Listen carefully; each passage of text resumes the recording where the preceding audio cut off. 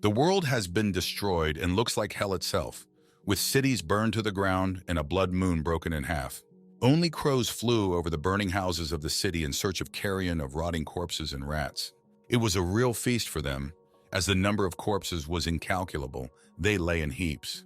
On one of these mountains there was a bent man with a spear in his hand, which was stuck in another. I clutched my spear tightly in my hands. He stared intently at his already cold body, asking the reason for all this chaos. With fury in his eyes, he tried to get an answer as to why everyone had to die because of this man. The guy calls him the heavenly demon. He is the cause of everything that happens around, the reason for the destruction of the world. All the darkness of what is happening is covered by an unexpected golden glow and a response to the hero, whose name is Lance, that he has done a good job. He is confronted by a long-haired blonde girl, looking and dressed like a goddess, who has descended from heaven onto this battle-scorched earth.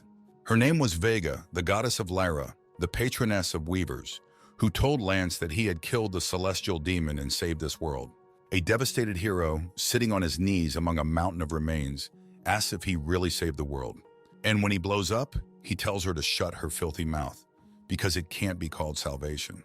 That monster, the celestial demon, killed everyone, every single one.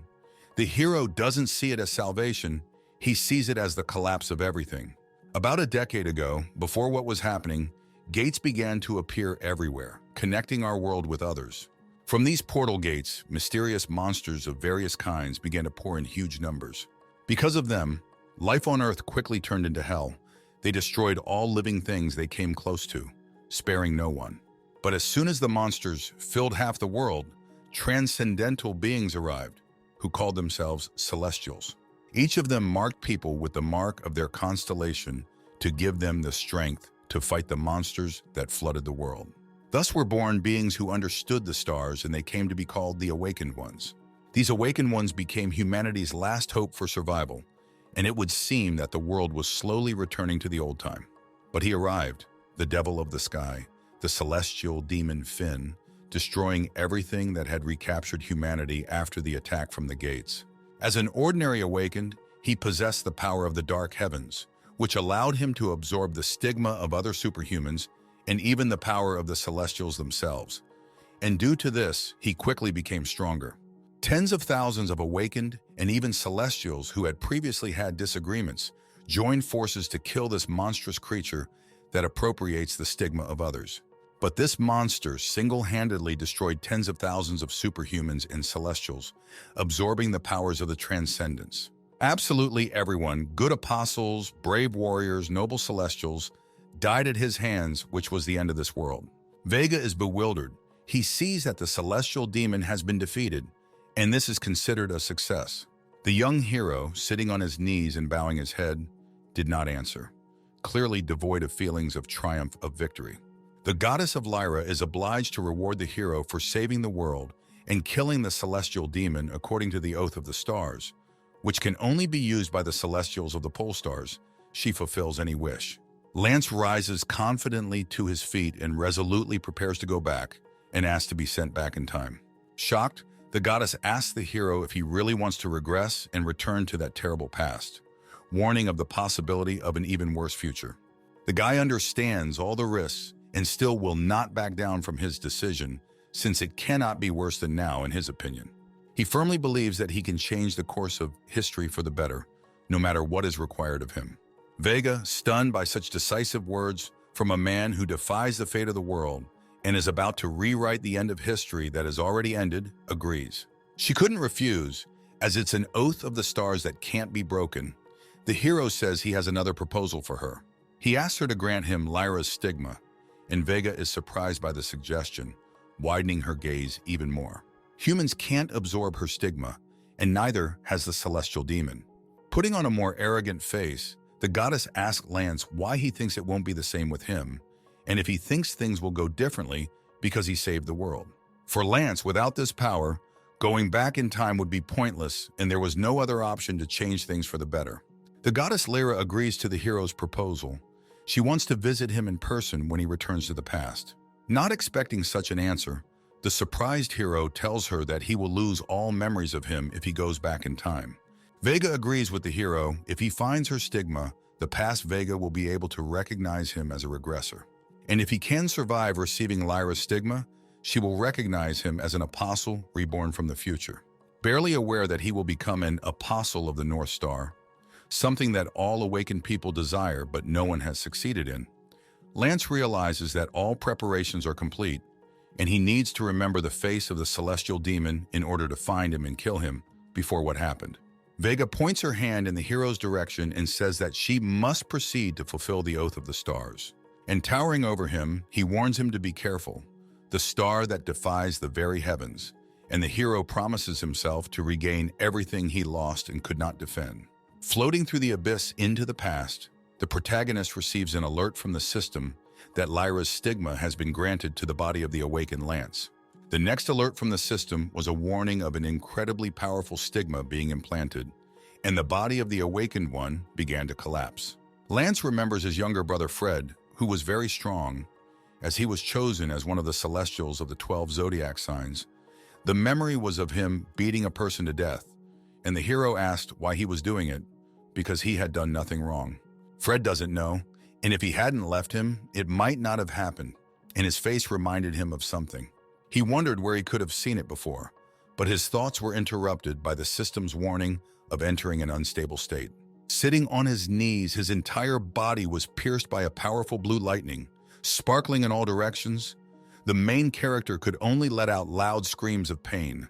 Suddenly, a voice calls out to him, asking what is wrong with him and why he behaves like this. Recognizing the voice and turning his head in the direction of the person, he freezes. The man didn't know if he was okay, and his face was exactly like that of the celestial demon that destroyed the world.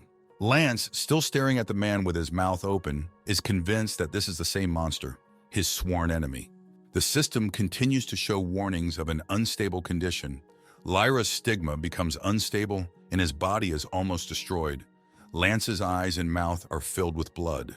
Remembering the words of Vega, the goddess Lyra, that his chance of survival is 1 in 10,000, he realizes that he could not become one and dies from the rejected stigma. Amazed by what he saw, the man, a future celestial demon, asks in surprise if he is really dead. But Finn's frustration wasn't because of Lance's death, but because they were being attacked by a pack of monsters, and he had to kill them before he died. Confused, he picks up the branch, trying to shrug off the monsters, as he has no powers and is not awakened.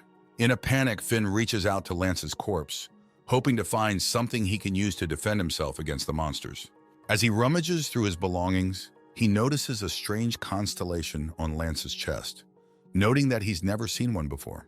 Suddenly, an alert from the system appears before his eyes that the first awakening of the dark skies has begun.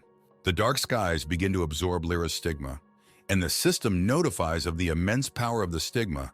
An incredibly strong flow of energy rushes through Finn's theme, which brings so much pain, but the strength of the stigma is adjusted according to the Dark Heaven stage. After such a cruel ordeal, Finn collapsed to the ground, wondering what the hell it was. The system screen that appeared surprised Finn, as it could only be seen by the awakened, with a new message appearing on the screen that Lyra's stigma powers had been completely absorbed and adjusted. Suddenly, a goddess appeared in front of him, shining with golden light, and Finn was even more confused. It turned out to be the same goddess of Lyra, Vega, who felt the power of her stigma and came to her call, although she did not give it to anyone. She issued a declaration that Finn was the only bearer of her fateful constellation that would save the world, the regressor she had been waiting for. Finn is even more confused, and not realizing how big the events he got into, he only asks again and again, what the hell is the regressor, looking at Vega. Finn's next flashback is his childhood, which was an ordinary orphan in an orphanage. The headmaster tells the boy how easy it is to deceive people because you only need to say what they want. He asks with a smile on the boy's face if he is up to the task, to which the young Finn responds with the middle finger of his hand, showing all his attitude towards the headmaster. The principal began beating 8-year-old Finn for this action, kicking him while he was lying on the floor. The gloomy headmaster, after being beaten, decides to ask the boy about the orphanage, to which Finn gives the middle finger again and responds with a heavy but smug look that he is very good. The headmaster is convinced that he was still nice to him, but if he asks for it, it will be even worse, only that he is interrupted by a girl kicking the headmaster between his legs from behind. She takes the boy by the hand and leads him away, while the headmaster, crouching to the floor, mutters that they will still get theirs. That girl was Liz, also a pupil of this orphanage, only 2 years older. Thanks to her, according to Finn's recollections, he managed to survive in this hellhole. The children of the orphanage, in particular Finn, had to lie to the visiting adults about how much they liked everything in the orphanage and what a good director they had. The boy did everything not to disappear in it forever. He wonders if this was the beginning of the story and remembers when the first gates opened from which monsters never seen before emerged. The monsters were so powerful that the current defense forces were unable to contain them. Later, when the planet began to resemble hell, constellations with the power of the signs of the zodiac were formed, and super people began to appear everywhere in whom this power was awakened. Finn, unawakened, deceived them because it made it easier to survive in the new world. Going with them on raids, he was always plotting what to do and not be left unfinished. As he was taught from childhood in an orphanage to tell people what they wanted, he did his own thing. Finn, like a leech, attached himself to superhumans and siphoned resources out of them, imitating active participation in the work of the team, and later escaping with the main share of the loot. And then one day, while searching for a group for a raid, he meets a man who is destined to save the world in the future, named Lance, who has the constellation Compos. Finn says that he has the constellation Aquarius, which is one of the main signs of the zodiac, but notices that he is still on the first star, which means he is a beginner. By praising and saying all the features of the constellation Compass, Finn tries to impose himself as a good companion for Lance. He introduces himself to Lance by an assumed name and says that fate has brought them together and they must unite as a team. Lance also says his real name and asks why the owner of such a strong sign would team up with him. Finn explains this by the fact that he has not yet learned how to control his sign and is still on the first star, although he has already awakened a year ago. Stars are something of a skill level. There are 12 of them in total, and they are obtained by honing the skills of their constellations. Finn decides to lure Lance with his fake Aquarius constellation brand on his chest, and he succeeds. He had long ago decided how he would lie and confirm his constellation by carving it into his skin with a blade. The protagonist tells Lance that although the dungeon is low-ranked, there is a lot of competition. You need to be more careful. After passing through the large blue gate, Finn says that he is about to put a buff on him. He raises his arms to his chest, between which is a miniature LED making a triangle and saying something like a spell. After saying all his prepared words, he calls it the Lake of Dawn and sprinkles glass dust mixed with fluorescent paint around him for effect. Encouraged, Lance thanks his companion for such a nice buff and feels like he's become much more energetic. Thanks to Finn once again, he easily dispatches all the monsters he meets. After the battle, the protagonist needs to replenish his strength with myrrh crystals, while thinking about how to make more money on it, since he is the strongest with whom he had to work. Finn walked over to the remains of the monsters and took out a myrrh crystal, one of his favorite activities in the raid. While the hero was collecting crystals for some time, he was called by his companion, who had a very gloomy and frightened appearance. They were chased by a pack of enthorns, monsters similar to wolves but much stronger than them. Without hesitation, they decided to flee from the monsters as soon as possible, as they were clearly beyond the strength of 2 people of their level. Looking back, Finn wonders how so many monsters could have been in such a low-level dungeon. They run on without looking back, but the monsters begin to catch up with Finn and Lance. Lance, panicking and screaming that they will soon be overtaken, looks back at Finn, who was running behind him with a frightened look. The protagonist, at a loss, does not understand why Lance is looking at him like this, later beginning to guess what it is about. Before he could react, he was kicked in the face by Lance, flying back a few meters. The owner of the constellation Compass continued to run, only asking for forgiveness and hopelessness of the situation. Finn, standing up with a red broken nose, angrily begins to throw mud at Lance as he flees. The enthorns were getting closer and closer to the hero, leaving no time to think. Lance kept saying that there was no other way out, either me or him. And it was at that moment that something happened that could not have been imagined. Lance's entire body was struck by lightning, sparkling like ball lightning. Finn stared at Lance, wondering what was happening to him. Catching up with Lance's already lifeless body, he tries to find something to help him defend himself. Rummaging under his clothes, he notices a strange constellation he's never seen before, and remembers that it's Lyra, wondering why he said compass. This was the first enlightenment of the dark skies, after which an entity appeared before him, calling him a regressor. Vega, the goddess of Lyra, stares at Finn, does not understand what is going on, and continues to wait for the hero's answer. The protagonist guesses that this has something to do with that strange mark that he has never seen. Not fully understanding what is going on, he feels like he has appropriated Lance's mark with the help of the dark skies, not the compass, but Lyra. Turning back to the body, Finn thinks Lance is a time traveler. A strange bolt of lightning passed through Lance's body before his death, and all this happened after Finn absorbed his power, and the hero who returned from the future could not accept it and died. And then the power of the dark skies passed it on to a new host, Finn, which is why he now wears the mark of Lance. Tired of waiting for the young man to hesitate, the goddess asks what is the matter, and if he is not the one she needs, since she has definitely felt her stigma.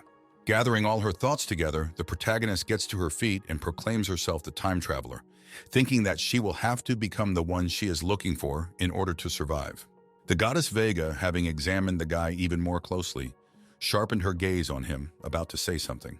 She knew he was coming, and Finn was shocked at how easy it was for her to believe him. Looking away, the goddess of Lyra says that she can't wait to discuss all the events of the future, but there is a catch.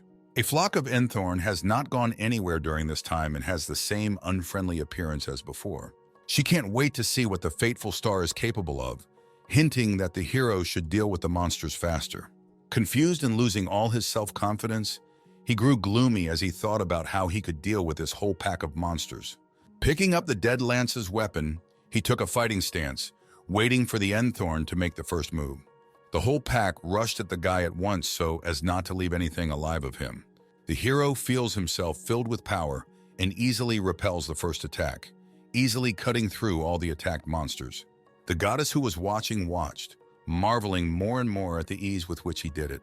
Finn, as if he has been exterminating monsters all his life, destroys everyone without difficulty.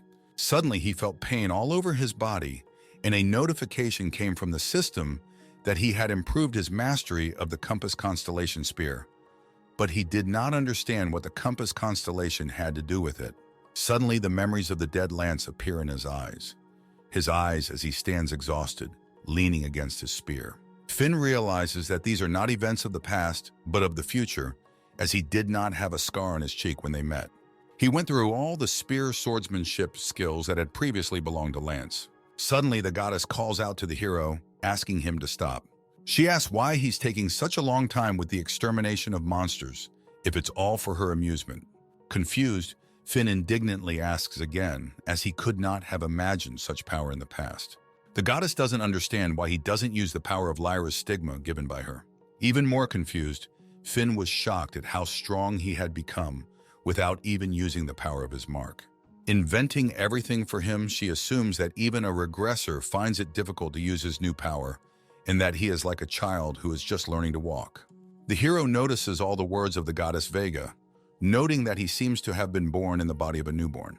And the goddess decides to help Finn, since no one else can do it. Vega bestows the hero with the blessing of the star, which temporarily increases the mastery of stigma. The protagonist was struck by a bright flash of lightning, which brought wild pain throughout his body. The pain was short-lived, and Finn, as if reborn, stood up with an even more menacing look. He rushed into battle, screaming that he should have at least been warned of such unbearable pain. Using his blue thunder stigma, he dispatches the remnants of the Enhorn pack in the blink of an eye. Exhausted, he looks around, not believing that he did all this on his own. He begins to speculate about how people with one star are not capable of this. It takes at least 3, turning his head to the goddess, thoughts flashing through his mind about what this constellation of Lyra is.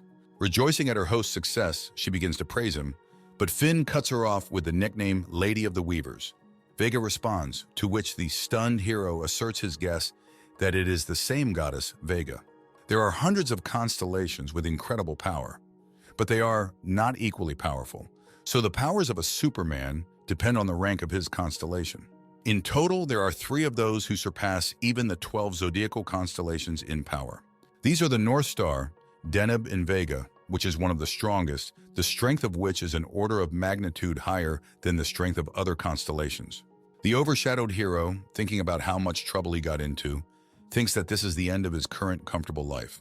He begins to think about telling the truth, about lying because he was afraid of death, but quickly changes his mind, as it will kill him for it in the same second. He comes up with a new plan, and he turns around and goes to meet Vega. He misses her. Taking her hand in his palms, he bowed his head, thinking he would never see her, and his tears appeared on her gloves. Leaning even harder, he was so happy to see her again, and the goddess was even more confused about what was happening. She asked the young hero what kind of relationship they were in the future. Pitifully asking that she didn't remember anything, a cry of joy ran through his head that she had bought into his lie. Not knowing the future, she asks Finn to tell him about him, to which he replies that he will tell him later, making it look like he knows more than he thinks. She speculates that she will soon be killed, as all the constellations will be swallowed up by the dark skies, as fate ordained. Finn pretended to understand what was going on, and he echoed Vega's every word until he understood the same words. He asks about the dark skies, and the goddess assures him that he needs to get rid of his bear as soon as possible, as the world will be destroyed because of him. The protagonist is back. Now everything will be okay and everything will go smoothly. Kneeling, he swears to the goddess that the dark skies will not engulf her, and that they are all now under his protection. With a finger on his forehead, she blesses him, making him her apostle, which is the fulfillment of the condition for activating the second stage of the dark heavens. Suddenly, Vega draws attention to Lance's corpse. What kind of person it is, Finn tells her that this person will do a lot of terrible things in the future, so he got rid of him. She praises the hero and remarks that this is the real act of the regressor. Vega tries to say something else to Finn, but a bolt of lightning appears around her, preventing her from finishing her sentence. The reserved restrictions imposed on the Celestials came into force, and they entered because of the blessing of the hero, although not directly, but violates the commandments according to the goddess. The commandments fetter her, not allowing her to interfere even more in this world. Vega says goodbye to the hero, climbing up, asking him to come to her shrine in a week to end their conversation. Rising even higher, she vanished into thin air, as without a trace as she had appeared before. As soon as the goddess is out of sight, the hero falls to the ground, saying what the hell it was and how many events can go crazy. Although he can't believe everything that has happened, he notices the pluses, because he has the coolest constellation, Lyra. Turning his head back to Lance's corpse, thanks to him, his life turned 180 degrees. Sometime later, late at night, our hero walks through the city carrying a bag of Max with some burgers and a cola, and wondering why burgers are so expensive. Climbing a narrow staircase in a brightly lit street, he approaches his house. Taking out the keys and opening the door of the house, he enters the apartment, saying that he is glad to finally return home. Taking off his shoes, a woman's voice calls out to him with words of uncertainty as to who has come. Entering the room and turning on the light, he sees a red-haired young girl lying on the bed, waiting for him to arrive. This beautiful girl turned out to be the same Liz who had supported him all these years, ever since the orphanage. She was smiling, although her eyes were clouded. Realizing that it was Finn, she joked that since he had come, he could have brought a cigarette, but the hero stopped her because she was talking nonsense. He should not treat someone who is 2 years older than him and can be considered his older sister. Finn says he bought them burgers and gives her one, and she is happy to pick it up. From the hero's thoughts, it is learned that Liz is also superhuman, but it so happened that she lost her right leg and became completely blind, and now the hero takes care of her as she once took care of him, noticing that they have a rather strange relationship.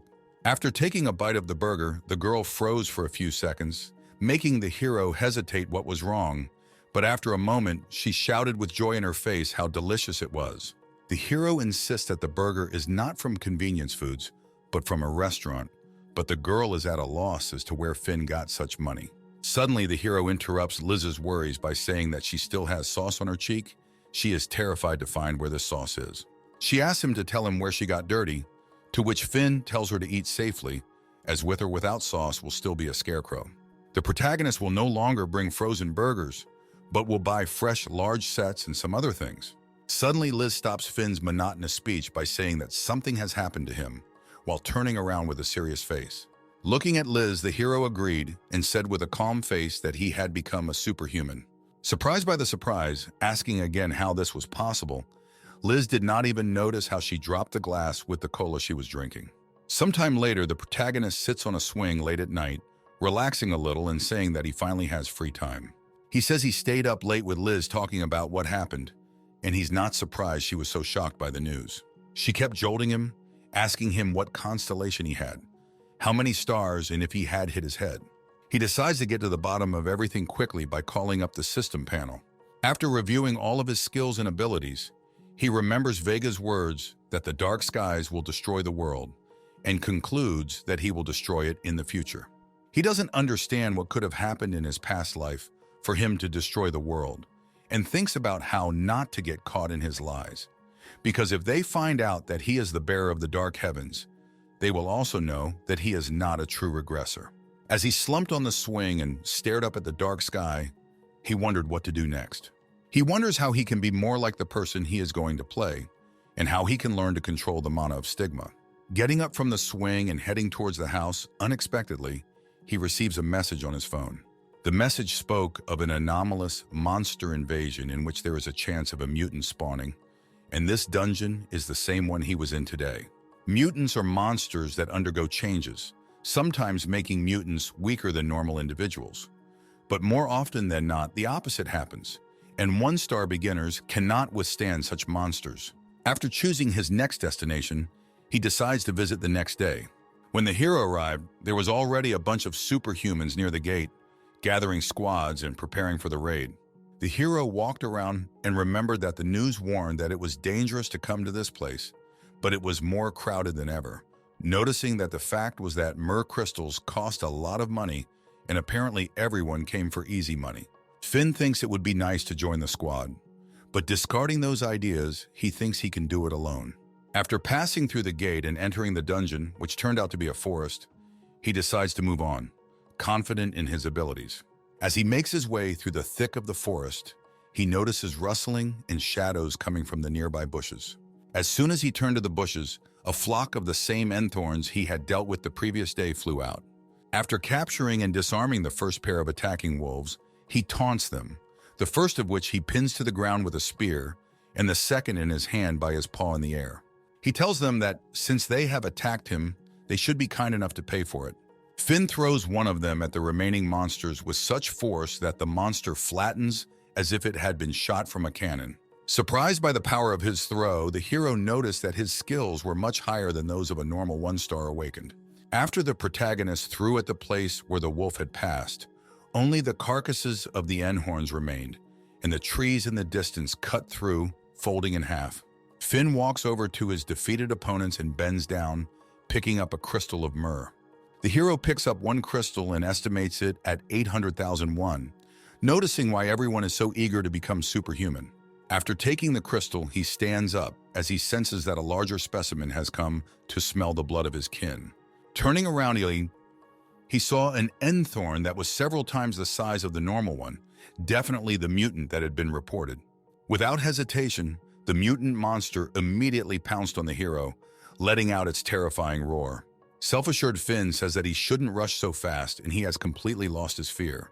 He brought his arm back, preparing his spear for the throw and building up energy in it, encouraged by the courage of his opponent. He throws the spear with all his strength, applying his first-level lightning bolt skill. A sparkling spear flying at incredible speeds pierces through the monster, leaving no chance for a counterattack. The surprised hero can't believe his eyes that it took only one blow to win. He stands in disbelief, wondering if it really worked, but suddenly remembers the other monsters. As soon as Finn pays attention to them, they immediately run away without leaving a trace, and the hero only shouts to give up the crystals before escaping. Suddenly, the hero receives a new notification from the system that the constellation of Lyra has reached the second star, and on his chest, the constellation mark has begun to be supplemented with a new symbol. It was clear to the hero that it would happen quickly given the amount of his Stigma mana, but he didn't think it would happen on the first day. He could feel the power flowing through his veins. As he heads to gather loot from the monster he defeated and is about to head back, he notices human footsteps behind him. It was two men coming closer and closer and with a smirk, surprised that a young guy had single-handedly killed a mutant, they called themselves three-star followers of the constellation of hounds. The protagonist doubts their claim that they are real three-stars, as such people do not go to low-ranked dungeons. Finn sees right through them and realizes they're bandits, and it's like they're not even trying to hide it. They begin to tell the tale that these are the very monsters they were chasing, and that the loot rightfully belongs to them. Having been fully convinced of the involvement of these people in the bandits and all the unkindness of their intentions, the hero understands that there is no way out. He kneels down and apologizes loudly because he didn't know it was their prey, which the bandits didn't expect at all. Making a pitiful face, he tells them to take all the booty for themselves, and he does not claim any part of it. One of the bandits, surprised by the course of events, has changed his face, praises the guy for his quick understanding of the situation.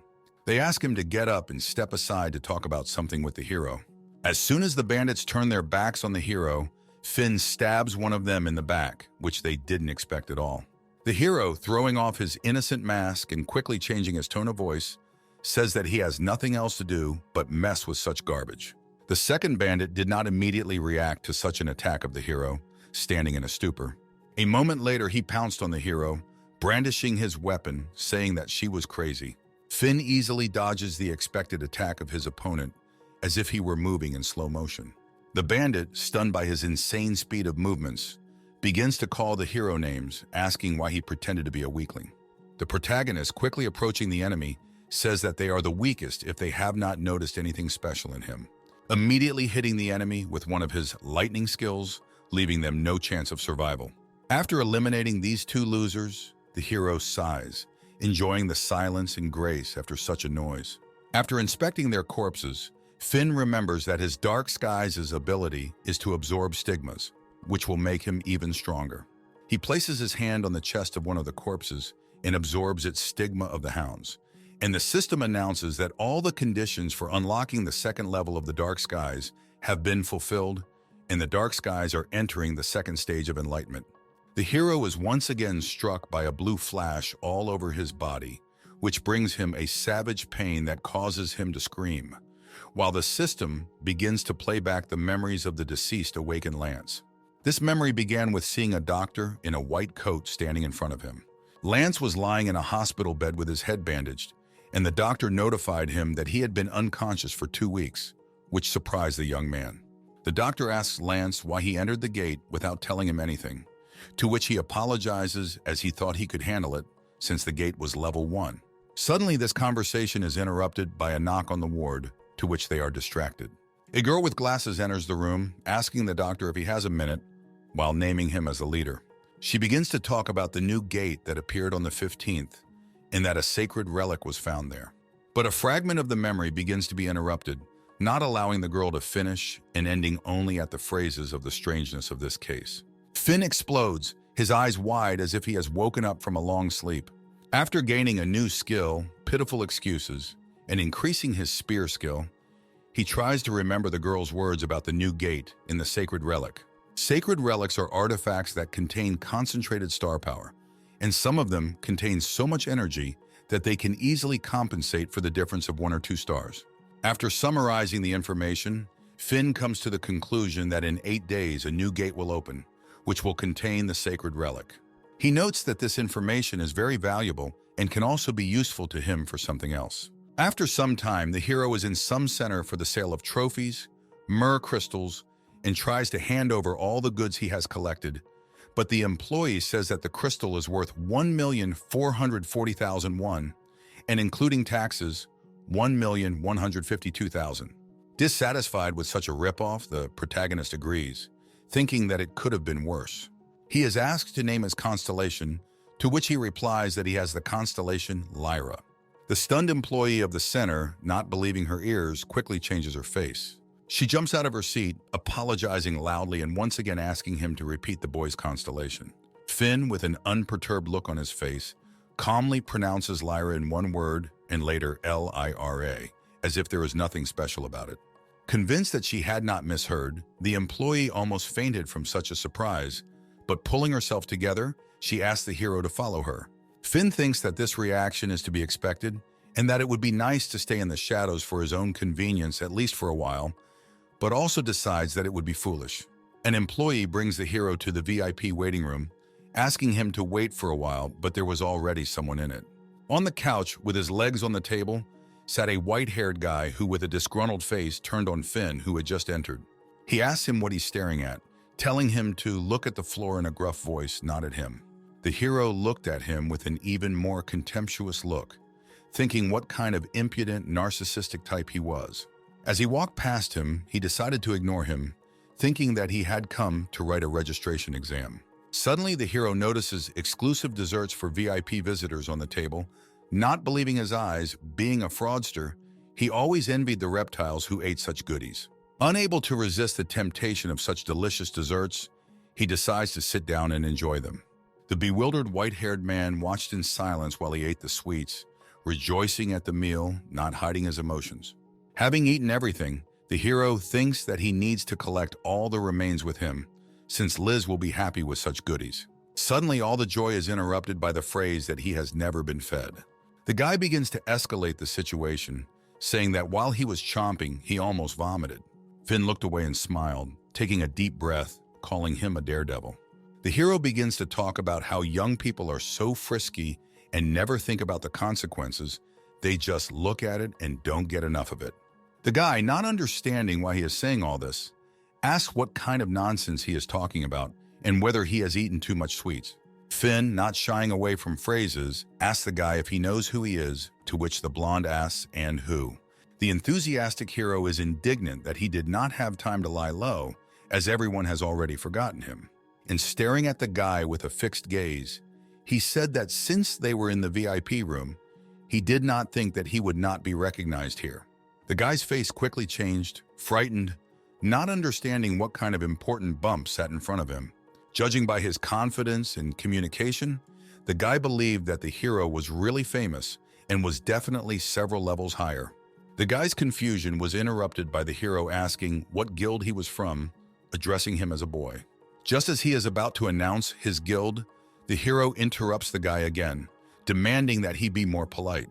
Finn looked at the boy with an even more intimidating look, telling him in an imperative voice to treat him with respect. Blonde jumped off the couch and quickly leaned over to the hero, apologizing and quickly introducing himself, saying that his name was Frank and he was from the Emperor Scorpion Guild. The hero remembered that the Emperor Scorpion is one of the top 10 guilds in Korea, consisting of the owners of the constellation Scorpion. Frank asks Finn if he knows the chapter, to which Finn replies that of course he does. In the days of their youth, they did everything together, from lunch to going to saunas. And even more frightened Frank can't believe how badly he's gotten into trouble after all the rudeness he said. The protagonist asks for a message if he sees the leader, to which Frank respectfully asks what exactly to tell the leader. The hero says that Finn is sending greetings to his friend. Frank kneels down and apologizes for not recognizing his leader's friend and being rude to him. At this time, the smug hero remembers that he has been deceiving people for so many years, and that this guy turned out to be too simple. Finn tells him not to worry too much, and he's not offended, so nothing bad happened, to which Frank replies that he's really to blame. Seeing Frank's confusion, Finn offers him to make amends, and Frank simply tells him what is required of him. Frank carefully packs all the remaining sweets into bags, making sure that nothing spoils. He also says that he put snacks from the fridge there, and the pleased hero, imagining Liz's reaction, praises him, calling him a good fellow. After completing the packing, Frank tells Finn that he has to go if he lets go. The hero asks him if he is waiting for the registration exam, and the guy refers to the fact that he felt unwell. Finn lets the poor guy go, and he bends down and says goodbye. As soon as Frank comes out, the protagonist, surprised by himself, says how cleverly he eradicated this loser. Pulling out Frank's wallet, which he pulled out of the boyfriend's pocket while seeing him off, he begins to count the amount of money lying there. After rummaging through his wallet, he finds a mutant myrrh crystal, wondering what he's doing here. Mutants themselves are quite rare, and it is almost impossible to extract a crystal from them at all. While trying to check something, he is interrupted by a knock on the door. A tall, well-built man enters the room, apologizing for the long wait, introducing himself as John, and he is the leader of the team to deal with emergencies and respond to various incidents. John asks if he really has the constellation Lyra, to which Finn replies that he is right, surprised by his large body. And also noticing at first glance that this guy is much stronger than Frank many times over. Finn asks him what constellation he has, to which he replies that he has 6 stars in the constellation Taurus, which is one of the 12 zodiac constellations, and remarks that this person is definitely not one of the weakest. John looked at Finn with an even more serious look and asked him if he really had the constellation Lyra. It was clear from his face that he did not trust the hero, as this is a very serious statement that can turn everything upside down. Finn lifts his t-shirt and shows his constellation Lyra on his chest. John, thinking even more, asked if the hero would mind if he personally conducted the registration exam. The surprised hero did not expect such a turn, asking again that John would test him personally. John confirmed this, and they headed to the training room. When they arrived at the training hall, they stood in front of each other, preparing for sparring. Finn asks if he'd better get a training weapon instead of a real one, to which John replies that it's fine, as he wore boxing gloves himself. Standing on opposite sides, they took a fighting stance, waiting for the battle to begin. Finn curious about what the 6-star Superman of the constellation Taurus is capable of. Finn was the first to attack, rushing towards him at full speed, swinging his spear. Finn quickly reaches his target, leaving behind sparkling chains of lightning. John, not expecting such a fast speed, barely manages to block the attack, surprised that a Superman with 2 stars can be so strong. Quickly parrying Finn's attack, he knocks him back several tens of meters with a blow of immense force. Finn, hitting the wall and coughing, thinks that this guy is a real monster and has a lot of strength. As the hero stood up, John ran to him, saying if he was okay, and Finn said that everything was fine. And since everything is normal and he is able to fight, he asked to continue fighting. The hero thought that today he was the strongest he had ever faced, and brute force alone could not push him. He throws his spear at John, who kicks him, as if that's what Finn was planning to do next. Quickly picking the spear back up, he soars from above John, charging the strength in his hand for the strike. He hits an opponent with his lightning bolt ability, feeling the electric shocks running through his body. John barely manages to block such a lunge, and having received a blow of such force, he flies several meters in a defensive stance. And this is only the beginning of Finn's advance, as he rushed back to the newly recovered John, preparing to strike again. John did not stand still and also rushed forward at his opponent, preparing a blow. In this confrontation, John gets the first blow, causing him to fly away. Lying around exhausted, Finn realizes that he didn't notice how he spent too much energy, and John rushes up and urgently asks for the medics. After receiving first aid, the hero drinks a healing potion that was given to him by doctors. Finn is relieved and says that he was not seriously injured, and John breathes a sigh of relief as he is terrified that he accidentally killed the boy. The protagonist, having examined the empty vial with the potion he drank, remembers that it is a very expensive potion, which costs at least 10 million per bottle. John bows deeply to the hero, asking for forgiveness, and it's his fault for what happened. To which Finn replies that everything is fine and there is no reason to worry. In his head, he was glad that although he could not win, he could be proud of having forced the 6-star Taurus to use the STIGMA. Asked if he passed the exam, John replies that of course the exam has been passed, thinking that Apostle Vega is even more magnificent than he expected. John says he has no right to ask for anything, but still wants to talk to him personally. He wants to discuss a serious topic in a calm atmosphere. Finn, not sure why not, agrees. After moving to another room and pouring tea, John suggests that Finn join their organization, as it will bring a lot of benefits. The hero does not listen very attentively. Sipping tea, he understands that he is trying with all his might to lure him. He wondered if his power would grow even stronger over time, so that a more tempting offer might present itself in the future. For now, it is better not to join anywhere and be a free spearman, as he will not have any restrictions. Putting the cup on the table, he refuses the offer and has to go, but John says that Finn can join the organization and not work at all. In any case, he will be paid a monthly salary, and not understanding why they need all this, Finn sits down again and asks what the catch is. As John said, Finn will be on the documents and will be able to choose what to do and when to do it. Enticing the hero, John noticed that the organization would also be able to throw him work if necessary. At this time, it seems to Finn that he has hit a real jackpot. He will be able to receive a salary and not work, and he would not even dream of thinking about it, imagining a mountain of money near it. But as he quickly put on a serious face, he thought he needed to break down a bit so he wouldn't think Finn was already hooked. The hero said that he needed to think it over carefully. John added that on top of all this, Finn will be completely exempt from paying taxes. This was the last straw that tipped the tide in favor of the organization, and Finn said that from now on, his body and soul belong to this organization, and he agrees to cooperate. Sometime later, after leaving the organization's building, Finn went to the gate, remembering that it was time for him to go to the shrine to meet with Vega. Suddenly, his thoughts are interrupted by a noise in the distance, to which he immediately draws attention. It was a crowd that fanatically prayed to the great stars to grant mere mortals a piece of their power. The hero recalls that in this place they often pray to the gods to make them awake. He understands them, since it is not easy to live without stigma. When he reaches the gate, he is surprised at its size and the fact that there are hundreds of them around the world. Finn enters the gate and is stunned by what he sees in the sanctuary. He sees in front of him a cosmic expanse in which a beautiful golden branch of a tree develops, as if woven from stars. After admiring what he has seen, he decides to go in search of Vega, limiting the space. And now he appears before her, as they agreed. The goddess of Lara was still beautiful, saying greetings to the regressor. The protagonist, like a character from a romance book, tells her that he missed her a lot. Vega folded her arms timidly and fell silent, as if waiting for other words from the hero. Finn immediately apologizes, saying that it accidentally came out on its own, thinking that he plays a great role and needs to pretend that there is some forgotten history between them. Vega tells the hero that he has not yet mentally returned to the present and that she is no longer the loving woman he remembers.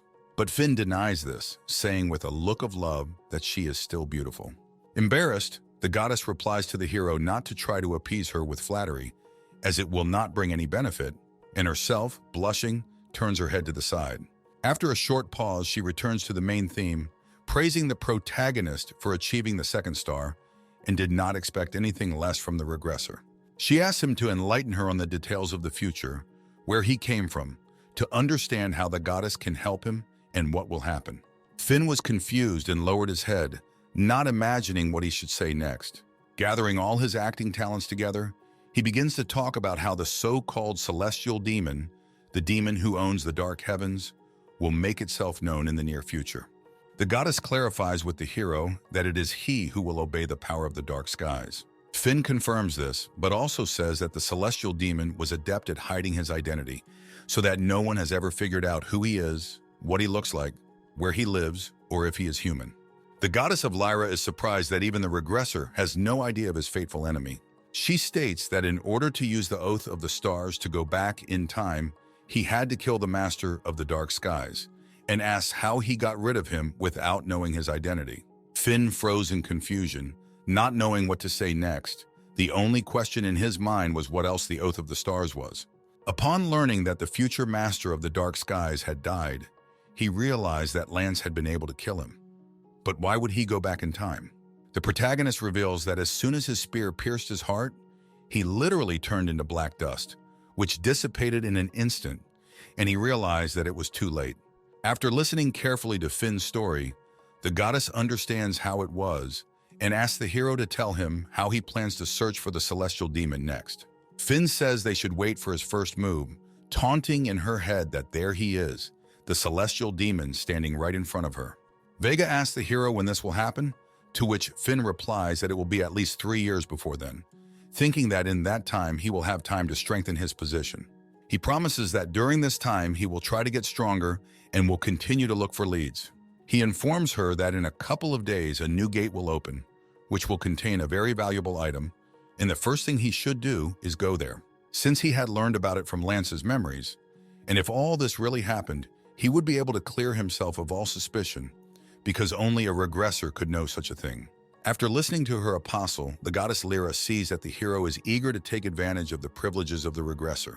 He reached out to Finn with his arms wide open and called him child. The hero, at a loss, began to think about what kind of child she was, whether all the constellations called their wards by this name, and whether he should call her mother. The goddess embraces him and whispers that he is responsible for the fate of the world, but still not to demand too much of himself. The hero was embarrassed and thought that his soul was warmed by his mother's embrace. He is ashamed that he is lying to such a kind goddess, but he realizes that there is no other way out if he wants to survive. Suddenly, he takes the goddess Lyra by the hand and puts it to his cheek, saying that he does not demand much from himself, but is ready to do anything for her. The enchanted, blushing goddess of Lyra, looking away from the hero and covering her face with her other hand, asks him how he can say such things so easily. Stepping away from her, Finn bows, pleased with the result, saying he has to go. But the goddess stopped him, declaring that she would go with him, which the protagonist could not have expected. She said that she would create an earth shell to travel with the hero, and it was clear from her pleased look that she clearly wanted it. Finn is confused to think about what she's carrying and why she'd follow him with her tail if he's gone too far with his speech. He asks her if this is possible, since the constellations cannot stay in the world for long, to which she laughs and replies that the hero should not forget that she is a goddess. She says her power will be limited, as will the length of stay, but there's one way to make it possible.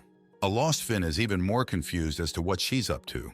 The goddess of Lyra suddenly shrank greatly, becoming the size of his palm. She gives him a pendant around his neck and asks him to put it on. While she is on him, she will be able to be in her earthly form, but for a few hours a day at most. Tilting her head, she says that when her apostles said he would do anything for her, she thought she couldn't stay away any longer. And now she will accompany him on this dark and lonely path, telling him not to be shy because she is sure that he is glad of such a gift. Finn didn't have a face on him because he realized that he would have to play the role of a regressor in order not to give himself away. After some time, the hero comes home and tells Liz about everything that happened during the day. She can't believe what was said, as she also thought that constellations could not appear on Earth due to the prohibition, to which the goddess tells her that she sounds uncertain and can address her informally. Finn sighs, wondering how confusing things are becoming. The guy takes a burger out of the bag and puts it for the petty goddess, who, having tasted it, admires its taste and sophistication. Liz asks that the deities eat too, but the goddess says they can go without food, but that doesn't mean they can't consume it. Liz asks the goddess Lyra why she chose Finn. What is so special about him? To which Vega replies that there is no one in the world more special than a hero. She claims that one day everyone, including Liz, will realize that this young man is going to be truly great. Incredulous, Liz thought that Finn's only great thing was greed and a talent for deception. After finishing talking about the protagonist, Vega said that Liz is also special because she saw that the girl is also superhuman. As she approached the girl, she was surprised that she didn't know about it, and Liz asked her what she was talking about. The goddess says that she can help her get rid of the curse that deprives her of sight, but moments later she abandons the idea, saying that it is not yet the time and she said it in vain. Stretching and yawning, Vega said that she needed to sleep now, because the more she was in the human world, the more the restrictions weighed on her. Closing her eyes and saying that they would meet tomorrow, she vanished into thin air and moved into the protagonist's pendant. Taking a deep breath, Liz asks what had just happened, and the hero replies that he himself did not expect such an outcome. Beckoning Finn, Liz smiles and invites him to sit next to him and tells him that she hasn't been on his lap in a long time. The hero sat down on the bed, leaning on the backrest, and Liz rested her head on his lap, taking a comfortable sleeping position. Hugging Finn's knees, she tells him that his knees are the best pillow and asks if he is comfortable. The protagonist replies that she is as heavy as a sack of potatoes, and Liz told him not to make nonsense, calling him a bastard. Finn says he's joking and doesn't feel the weight of her head at all, as if it's completely empty, which makes her even more furious. After lying down for a while, she closes her eyes and falls asleep sweetly, and the hero strokes her soft long hair. 2 days later, guided by Lance's memories, Finn came to the site of the new gate on the right day. Vega wasn't particularly surprised that he was right. It seemed that she trusted him completely, which is clear because a regressor must know a lot. The hero realizes that she suspects nothing, and now, after the opening of the gates, her faith must be absolute, which only plays into his hands. Finn is a little nervous, hoping that he can clear the gate alone, just in case. He brought a lot of those expensive healing potions with him. He thought that he would have to absorb the stigma of Aquarius, and then he would be able to make these potions himself and sell them for a lot of money. His thoughts are interrupted by a sense of danger, and he immediately reacts. He dodges a long, sprawling tentacle that attacks from behind. Looking back, he sees a monster in front of him, resembling a green slime, only with tentacles. Realizing that Vega is looking at him, the hero decides to deal with him by raising his weapon in the direction of the enemy. Upon striking the target, the monster explodes, spreading its flesh everywhere. After the explosion, the hero shakes himself back, noticing that these dead monsters are even more vile and terrible. Before he knows it, he notices a dozen of the same monsters in the distance, slowly approaching him. He can easily deal with them, but due to the fact that they explode after dying, he must limit his movements, and it will be more difficult than it might seem. In this case, he decides to resort to the skill for long-range combat. Bringing the spear back, he uses a skill called Lightning Spear. When he loads his weapon, he unleashes a stream of lightning that strikes all monsters on the spot. The hero rejoices at the successful use of the skill, as previously he could only use it with the blessing of the goddess Lyra. Vega arrives at him and begins to praise Finn, saying that she knew about the hero's quick training, but not so much. She reveals that Lightning Spear is Lyra's mid-level STIGMA technique, and that he did a very good job. Vega offers to teach him other techniques later, but remembers that the hero already knows about them, to which Finn replies that he doesn't. He says that for some reason he vaguely remembers some things after returning to the past, among them the techniques of the constellation. It's as if some moments have been erased and now they are difficult to restore. The goddess found this odd, as regression through the Oath of the Stars was not supposed to erase memories. Finn replied that he thought it was like the constellations with their prohibitions, and transcendental forces had affected his memories. Vega noticed the possibility of such an oddity, but the main character claims that he definitely did not forget about the most important thing, and the goddess asked what it was. Making a loving face and looking at the goddess, the hero said that these were memories of them. Quickly blushing at such words, Vega could not find the words to respond to such remarks. But when she came to her senses, she urged the hero to stop embarrassing her with such talk, and Finn was once again convinced of her weakness. Suddenly, Vega notifies the protagonist that she senses a sinister energy emanating nearby. Tilting his head, the hero sees something shiny on the ground. He bent down and picked up a glowing stone, which turned out to be another myrrh crystal from a mutant. He thought deeply, after all, they shouldn't come across so often. And besides, there are quite a few of them here. Something is wrong here. The goddess says that this is a strange color for the crystals of these monsters, which are black. And the hero notices that she has begun to behave somewhat unusually. He tells her that he will go further, to which she says in an affirmative voice. The hero decides that he needs to know more about it, as more and more things are happening that even the goddess doesn't understand. After walking some distance, Vega says that she can't shake the feeling that they are walking in circles. Finn was a little confused when he realized that she had noticed. Realizing that there is no other way out, he decides to use the stigma of hounds that he had absorbed earlier.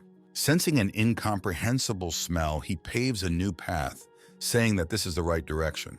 From the passage they were heading to, the hero smelled the slugs he had met earlier. Upon arriving, Vega says that she began to feel that ominous energy even more. In front of them stood a huge stone statue in the form of a monk in a cassock, clasping his hands together. Taking a closer look at the statue, the hero notices a sacred relic in its forehead, which looked like a black goblet. Finn immediately imagined how much he could get for it, because even 1-star relics can cost more than 10 million won. The price of 3-star relics starts at 100 million, and 5-star relics at 1 billion. But all the joy of the find is interrupted by the noise of monsters approaching them. The hero was not surprised by this, as he felt that it would be so, and it should not be surprising. He walked toward the approaching pile of stinking slugs, wanting to deal with them quickly and retrieve the coveted relic. Suddenly, he notices how this pile of chaotic slugs begins to gather together into a homogeneous mass. The growing pile became so huge that it was several times taller than Finn. It was no longer an ugly slime, but something like a huge humanoid with arms and teeth. Stunned, the hero lost his confident face and noticed that the reptile looked quite strong. The goddess said that she understood everything, and the hero certainly foresaw such an outcome of events, and there is nothing terrible in it. Flying to the top of the statue, she decided to just watch, because she had nothing to worry about since everything was under control. Finn, beaming and smiling on his face, turned to her and told her that she could rely on him. But in the hero's head, there was obvious confusion and conviction that he had fallen into trouble up to his ears. The humanoid looming over the hero exuded great strength. It was obvious that he was very strong. Finn, spear in hand, tries to think of a way to counter such a giant, since he has never fought such a large opponent before. Jumping back a bit, he realized that he had a chance to win. After all, those slugs were quite weak and couldn't suddenly become invulnerable. Finn pulls out the cannon he bought for self-defense, glad that he also brought a blinding shell with him. And after loading the pistol with a projectile, he immediately shoots in the direction of the huge humanoid. The projectile explodes in a bright flash in front of the monster, blinding it. The blinded monster was stunned by the flash. And at this moment, while it was recovering from its disorientation, the main character ran up to it to deliver his blow. He jumped to the back of the humanoid's head and decided to put all his strength into a single attack to deal with the enemy, as such a trick would no longer work. Thrusting a spear into it, Finn unleashes his blue lightning skill, which sent powerful bolts through the monster's entire body. But this was not enough for the enemy, and he roared in pain, intending to throw off the main character. Finn sensed danger and knew he had to dodge. A bunch of tentacles pounced on him, which he had to dodge incessantly. The monster roared the whole time as the stream of lightning chains had not yet passed. Dodging the tentacles, the hero seizes the moment and throws the spear into the air in front of him, then jumps on it and pushes off, catching onto the upper stalactite in the cave. The hero takes a short breath, realizing that he will not survive a direct hit from his attacks. Finn jumps from the ceiling of the cave directly onto the head of the humanoid, who has lost sight of him. The protagonist begins to raise his fist once again, accumulating his strength in it in order to finally bring down this strong man. Finally fully charged, he punches him right on the forehead, sending millions of shocks down his face. The hero has the idea that it is still difficult for him to stabilize this force. The monster finally falls and Finn bounces off it, almost pinned to the ground by the big man. Standing and looking at the defeated opponent, Finn rejoices in his victory. But he feels like he's about to pass out, thinking it's because he used the technique twice. The relaxed hero is called out by his goddess, shouting that he is in danger. Before he can react, he is hit by a tentacle which pushes him several meters away with great force. Vega immediately flies up to Finn, asking if he's okay. Looking up, he sees a monster that has risen again, and it has become even more terrifying. Realizing that there is no other way out and he will die if nothing is done, the protagonist asks the goddess to bless him. Without hesitation, Vega agrees to Finn's request and blesses him with the blessing of the stars. The hero rises and feels even more powerful from the blessing than last time, as he himself has become an order of magnitude stronger since that moment. Barely able to contain his strength, he explodes towards the monster at great speed. As he gets closer, he dodges all the tentacles with ease as if he wasn't exhausted.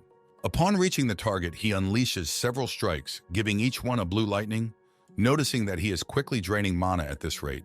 But when he realizes that there is no other way out and that his mana has no end at the moment, thanks to the blessing, he strikes a couple more with more force. A huge monster flies to the side under the pressure of the hero's blows. The protagonist's eyes were red from such overexertion. He was going to continue fighting.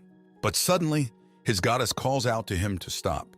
It turned out that everything is over and the enemy is finally definitely defeated, and the main character does not understand how this happened. Suddenly, he felt a pain in his chest, which frightened Vega greatly. As if starting what was the matter, the shocked goddess of Lyra couldn't believe her eyes. The stigma on Finn's chest suddenly began to burn and fill with a new sign. His stigma reached the 3rd star and all skills improved. Amazed by what she saw, the goddess says that it has not taken him even a month since he raised 3 stars. And the constellation Lyra is much more difficult to develop than the others. While she was amazed at the speed of her apostle's development, the hero collapsed to the ground and she flew faster towards him. When she asked him what was wrong, she realized he was unconscious and screamed for Finn to wake up. After a while, the hero opens his eyes and sees Vega in front of him, who asks if he is all right. Finn realizes he's on her lap and she pats him on the head. The protagonist wondered when she managed to become a normal size and why he was lying on her lap. The hero tries to get up, but the goddess does not allow him to do so, saying that he is not allowed to move yet and should still rest. She informs him that he lost consciousness as soon as the fight ended due to overexertion. Vega scolds Finn for taking more care of himself, clarifying that although he is a regressor, he is still human. The hero thinks that she calls his child all the time, and now she generally behaves like a mother.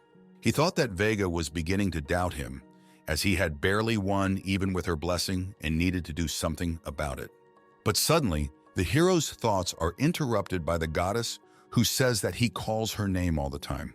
She was embarrassed that it wasn't a bad thing and that she could continue to treat it that way if she wanted to. Making a shy face, she noticed that they were very close and would become even closer in the future. Jumping up and blushing, Finn begins to apologize, saying that he doesn't know what came over him. Suddenly, she took him by the cheek and asked him why he had been able to address her informally, but now he couldn't. To which he replies that he will always call her by her first name from now on, and she nods happily. Suddenly, Vega's body sparkled due to the reserve restrictions, and she informed her that it would now take her some time to recover. Finn, thinking that he got a little carried away and used up too much of the power of the constellation Lyra, realizes that this would not have happened if he had not been knocked out. The goddess replies that the hero does not need to apologize, referring to the fact that the monster must have been a 5-star monster, and an unusual one at that. The protagonist thanks Vega and asks how she healed him because he feels like new. Turning his head to the side, he sees empty vials of potions lying around, which he has saved for a rainy day. He realizes in shock that there is nothing left, remembering that each of them was worth 1,000,001. Carefree, Vega replies that she decided to give them to the hero while he lay in oblivion, so that he would come to his senses faster. Crying, Finn wondered why he had spent it all and how much money he had spent on them. Lowering his head, the hero begins to think if his goddess would shut up as soon as possible, going to rest. Looking at her with the same pitiful face, he asked her how exactly she had given him these potions. Immediately blushing after this question, Vega shouted at him to forget and not to ask. In a hurry, she informed him that it was time for her to say goodbye, and after saying goodbye, she was immediately transferred to the hero's amulet. Before he can ask what she's hiding, the hero gets up, thinking it's not that important. Left to himself, he decided it was time to loot. Finn jumps to the top of the statue and rips off the sacred relic he came for. Looking at the goblet, he noticed that he had put too much effort into one sacred relic and hoped that the thing was at least 3 stars. But suddenly, dark energy began to emanate from the goblet, which the hero could not have expected. The hero is informed by the system that the energy of the dark star has been successfully absorbed and the dark heavens are evolving and ready to move into the 3rd phase. Surprised, Finn couldn't think that the dark skies could absorb energy from relics. He suddenly realizes that this thing is useless now, since it has been swallowed up by the dark heavens and the energy that was coming out before is gone. The hero falls in tears and begins to cry like a child who has not been bought a toy because he has endured so much to get it. His sadness was interrupted by voices that began to draw closer and closer to the hero. Turning around, he sees a pack of men in black robes in front of him. One of them, who looked like their leader, announced that the situation was not easy because they really needed the thing in the hero's hand. Without hesitation, the hero immediately offers them to buy this thing, thinking that maybe at least they can be divorced. Finn replied that this sacred relic would not be of any use to him with his set of skills. And besides, with a smirk, he notices that life is more valuable than some relic, thinking that in business, it is important to present everything beautifully. Not expecting such an answer, the suspicious man examines the hero even more closely. After a short pause, the man begins to laugh, saying that there was a misunderstanding and they didn't mean to threaten him, and their outfits are scary due to the taste of their supreme leader. The smiling hero replies that he must have jumped to conclusions. At the same time, he thought that they were obviously up to something, or were plotting something, since you can't fool his gut feeling. He notices that these types have the same sinister aura as the sacred relic. Having agreed, they take the goblet, giving the hero a crystal of myrrh, saying that I hope it will be enough as payment. Looking at the crystal, Finn was amazed at its size, thinking that it would be worth at least 200 million won, if not 400. Covering his mouth with his hand, he calmly replied that the payment would do, and the man thanked him for his cooperation. After these types are gone, Finn rejoices, thinking that he has hit the jackpot, since the thing is now just a useless can. A little overjoyed, he decides to keep an eye on them, as the guys are too suspicious. He recalls Lance's memoirs, which said that this relic should be discovered in 10 years. But then, what are these people doing here? The protagonist thought that the future had changed, and he needed to observe and find out at least something. Suddenly, one of them asks the ringleader, whom Dean names, why they didn't kill the guy, to which he replies that there is no point in drawing attention to the murder of a superhuman. Saying this, Dean furiously snaps at one of his charges, saying when he has to report to him, and he begins to apologize. Dean throws up his hands and shouts that soon the firmament will be filled with dark stars, and these brazen constellations will pay for all the bad things. With these words, his men prostrated themselves to the ground and began to bless the dark stars. Looking at them with a smile, Dean begins to say that the dark stars melt into a smile as he contemplates their confidence from the heavens. After they get up, he asks them if they brought a replacement relic, to which they reply that they did. One of them pulls out a similar goblet and places it in the place where the sacred relic used to be. After tampering with the relic, Dean informed them that they could now go back.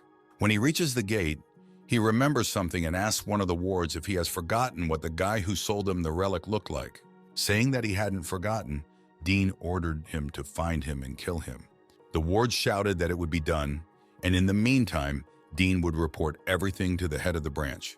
Having overheard the entire conversation, the main character begins to understand the essence of what is happening. He realized that the future hadn't changed, and Fred, Lance's younger brother, had indeed found the relic that those guys had replaced. Finn remembers that they called themselves the Dark Star Society, noting that they are very shady guys. The hero took the fake artifact and tried to absorb its power, but it didn't work.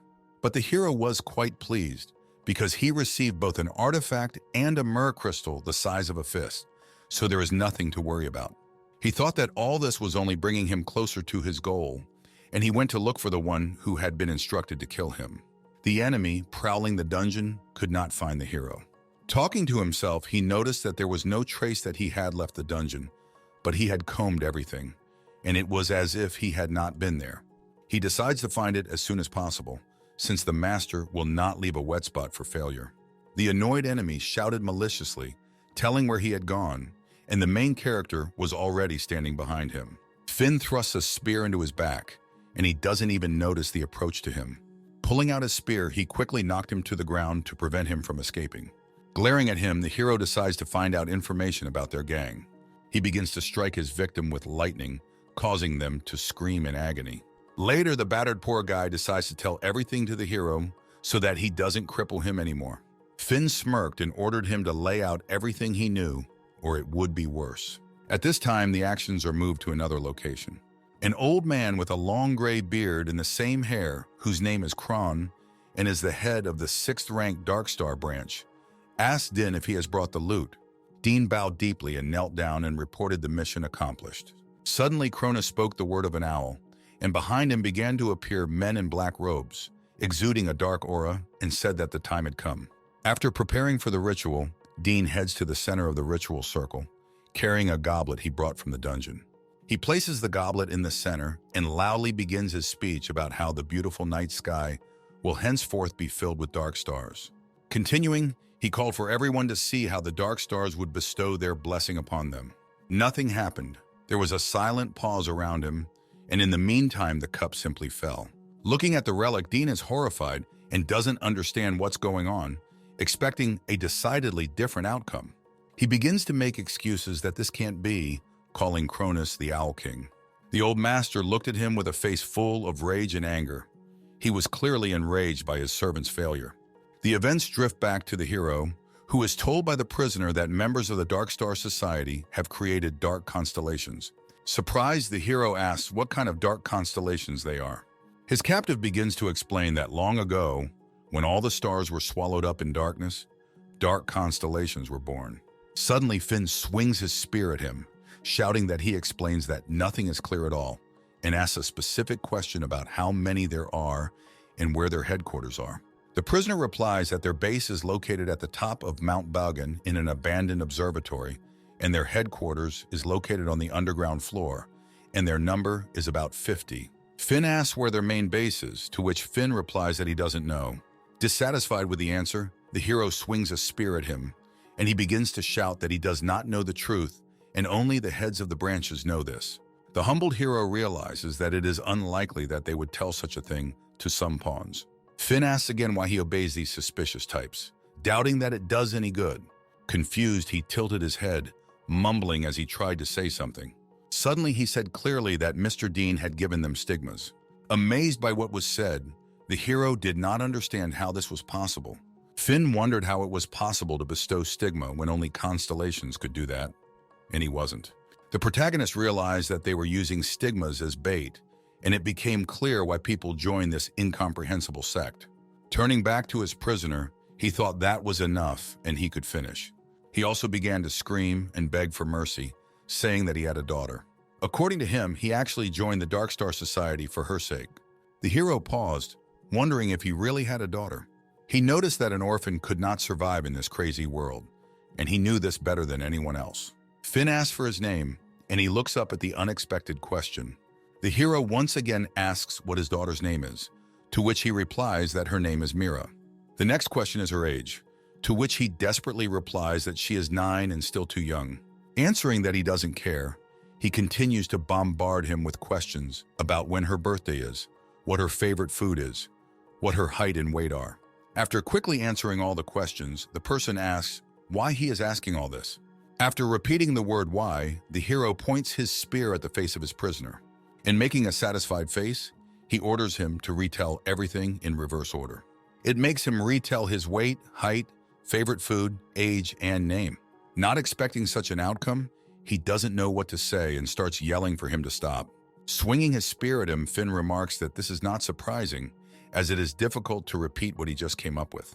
The prisoner only screams that he does not want to die and asks someone for help. But suddenly the spear freezes right in front of his face, and the protagonist once again asks where their base is. He answers the same as last time. With that, Finn pierces him with a spear, comforting himself that at least it was true. After killing the prisoner, the hero took a deep breath and wondered what to do next. Finn at first thought it was some kind of bunch of scammers, but now he realized that they were quite influential. As he laid the corpse on the ground, he thought he had to deal with it first. After freeing the murdered man's chest from his clothes, he sees the stigma of the Dark Star that he told him about. With his hand on the stigma, the protagonist begins to absorb it, and the system announces the owl's new stigma. Having completely absorbed the stigma, the hero wonders what abilities the Dark Star stigma provides. But he immediately drooped a little, remembering that there were 50 people in their branch, and now he doubted that he would get away with such a thing. The events are once again brought to the site of the Dark Star Society's ritual. Kron looks at Dean, chuckling, and asks what he is doing. He is furious because if everyone in society finds out about this failure, how will they mock the owls? Suddenly, a bright beam of light flies out of his hand in the direction of the bewildered Dean, flying past his neck. The beam cuts through the side of Dean's neck slightly, and the old master told him not to disappoint him anymore. Turning around, he begins to step back with his owls, saying that he has lost interest. The rest of the company's attendants chuckled quietly behind Dean's back. Dean returns to the observatory, opening the doors abruptly. He asks his wards where the one he entrusted with the murder of the protagonist has gone, to which he is told that he has not been in touch for quite a long time. Dean, deeply confused, orders an urgent search for him. Again, in a very rude manner, he orders to find this man, calling them useless pieces. It's been a week since the protagonist returned from the gates, and during this time he hasn't visited any other dungeons, having stayed at home all the time. He trained at the top of his house, practicing with a spear. Finn was trying to get used to the mana in the body, the fat of which increased dramatically when he reached the 3rd star. Later, after coming home and taking a shower, he reasoned that the Lyra stigma is definitely stronger than the Taurus stigma and faster than the Scorpio stigma, though strength and speed are their advantages. After getting out of the shower, the hero beckons Liz to his bed. He lies down on the bed and she begins to massage his back, asking if he likes it. Finn surprisedly replies why she's suddenly giving him a massage, to which Liz replies that if something doesn't suit him, then he can go. While enjoying the massage, the hero thinks she's talking like she's mad, but she's actually trying her best. Suddenly she begins to hurt more, and the hero replies that he is going to die. Liz made it even more painful, causing him to grimace even more in pain. He jumped out of bed, clutching his back, and asked her if she had forgotten who she was, noticing that she had more than enough strength. She tilted her head and said sadly that it would be softer. The hero remembers that Liz is actually a 7-star awakened, but she is now a half-breed who cannot use her stigma. Finn looked at Liz and wondered if he had hurt her with his words. Suddenly she asked the hero that she has made a lot of money since he woke up, to which he replies that a whole bunch of them. Deep in thought, she asks if it's true, and then he believes that they don't have much time left to spend together. The hero stared at Liz in silent surprise, not understanding the meaning of her words. But he immediately confirmed that she was right, thinking that very soon she would reach her goal of 10 billion won, and then it would all be over. But suddenly, with a happy face, she begins to slap him on the back, asking why he made such a serious face. A little later, the protagonist receives a call from the leader of the association, Jack, who says that he needs to discuss something with Finn. A new quest appeared, to which the hero thought that now was not the best time, given that he had nothing prepared in case the Dark Star Society decided to take revenge. Trying to refuse, Jack interrupts him, saying that the reward is 2 billion, to which Finn responds by arriving at the association soon. Arriving at the scene and meeting with Jack, the hero first wants to ask something before discussing the quest. He shows a piece of paper that depicts the stigma he absorbed earlier, asking if Jack had seen one before. Jack asks to wait a minute and starts looking for this stigma in the association's database. After a short search, he replies that it is the owl's stigma, to which the hero asks Jack what he knows about them. Jack replied that he knew very little about it, but it seemed to be one of the forgotten stigmas. The protagonist recalls that 8 years ago, when the constellations first appeared on Earth, it was still possible to find records of their existence, but now there are none, and it was at this time that the stigmas appeared. The hero asks if there are any records of why they disappeared, to which Jack replies that no one was doing it back then. The hero begins to realize that if the stigma of the owl has existed for 8 years, then the Dark Star Society was formed at the same time. He reasoned that the problem was bigger than he had anticipated, and he needed to prepare properly. Jack asks the hero where he saw the mark, to which the hero replies that he had a small argument with a man named Dean with his men, who called themselves the Dark Star Society. Jack didn't know about this society, and the hero asked because he was curious about who they were. Jack supported the hero, saying that then they would gather information about the Owl and Dark Star Society. Taking a cup of coffee, the hero finally asks what kind of task worth 2 billion he is offered. The chapter begins to reveal that this time the client is the guild leader Valhalla, to which the hero replies that he has not heard of them. Jack goes on to say that they are at their peak right now.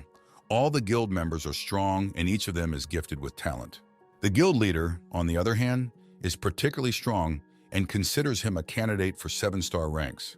The 7-star awakened are the ones that have surpassed human potential and have the most influence in the world. The hero thought that one of them had heard a Korean, and soon another Korean would become a member of the 7-star ones. Getting back to the point, Jack went on to say that the task was to find a person missing in the gate. He reports that the man disappeared on November 6th, and the guild doesn't know exactly where he was last seen, but most likely in the Incheon area. Finn thought about it and remembered that this was the place where he had been deceiving people for the past few years and would do it in 3 days. Jack continues to report that the missing man is a man in his 20s, 180 centimeters, a slender brunette, and his name is Lance. After finishing the dossier, Jack asks the hero what he thinks and if he can handle the task. Realizing who exactly is being sought, the hero is overcome by confusion because Lance has been dead for a long time. He recalls that he met him in a low-level gate in the past and he was a true regressor. The only one who would look for Lance, thinking he was missing, is the guild master of Valhalla, his younger brother Fred. Finn quickly realized what was going on, as Lance was supposed to be in the hospital room at this time, but with his death, the future had changed. Suddenly, his thoughts are interrupted by Jack, who says what he will do and asks if he will take up the case. To which Finn asks him to wait, and in the meantime, he thinks that the Society of the Dark Star is a thorn in the side, and now Fred as well. He thinks about changing the course of fate in the future, and suddenly comes up with something. The hero smiled ominously and realized that he could take advantage of it all. Getting up from the couch, he tells Jack that he won't take on the case. Jack is surprised by this, because Finn, whom he knows, would never say no to a job that pays 2 billion.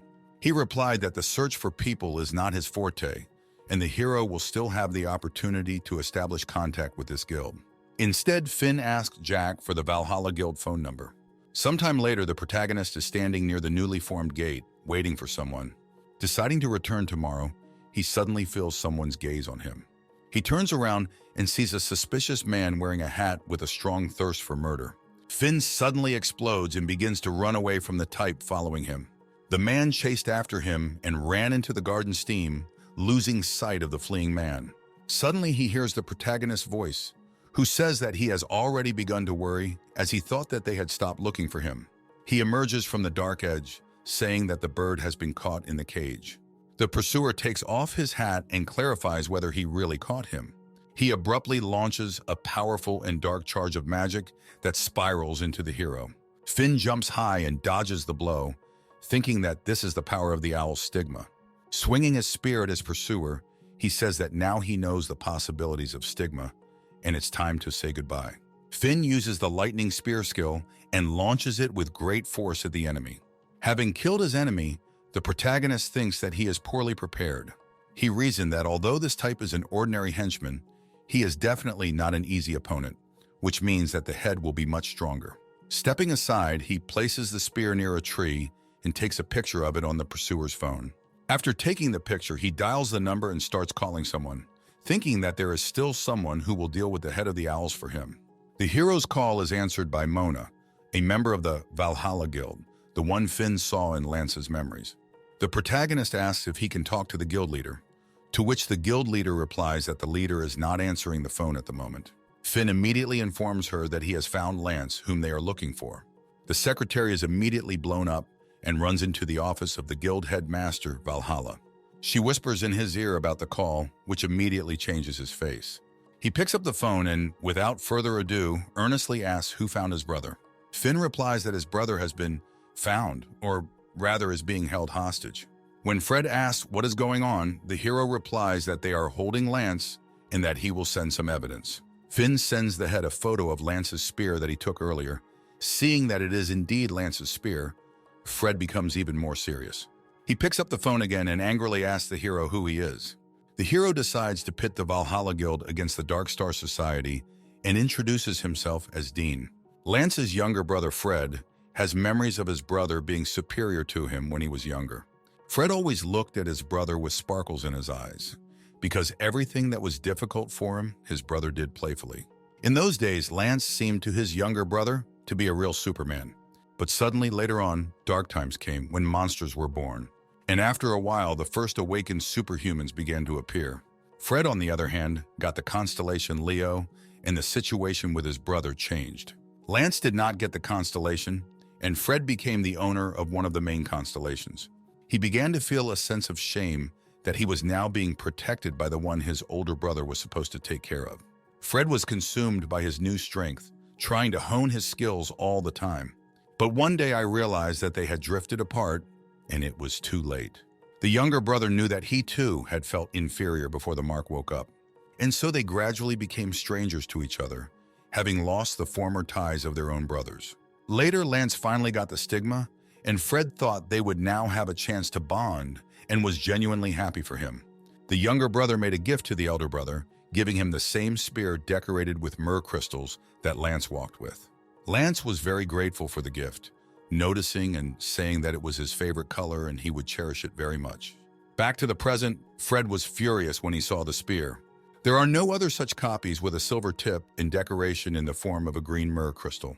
Screaming furiously, he asks the hero who the hell he is and what he needs.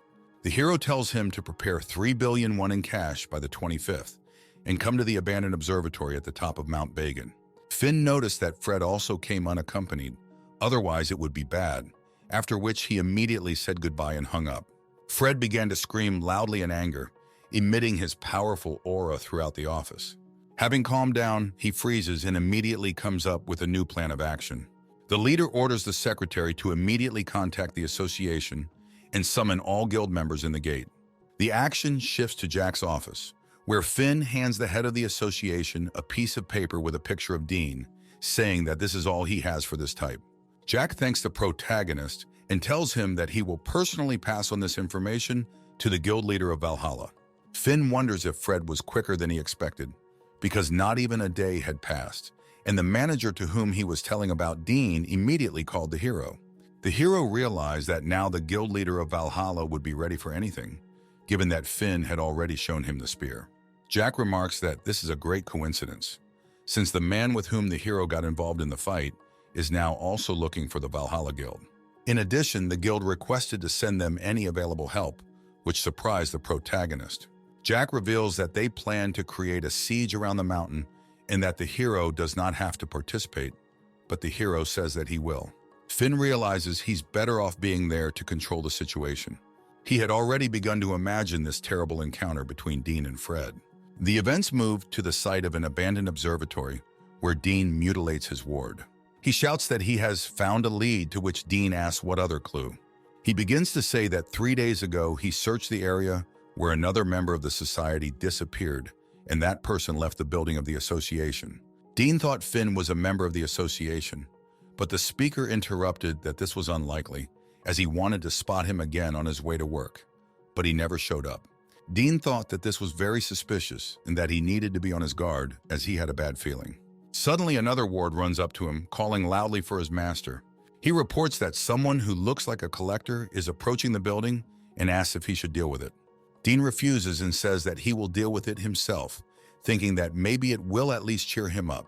Upon exiting the building, Dean notices a spear wielded by Lance at the entrance arch. Not paying much attention to this, he went on, saying that he would ask about it later. Dean arrives at the collector in a farmer's hat and asks if he's lost.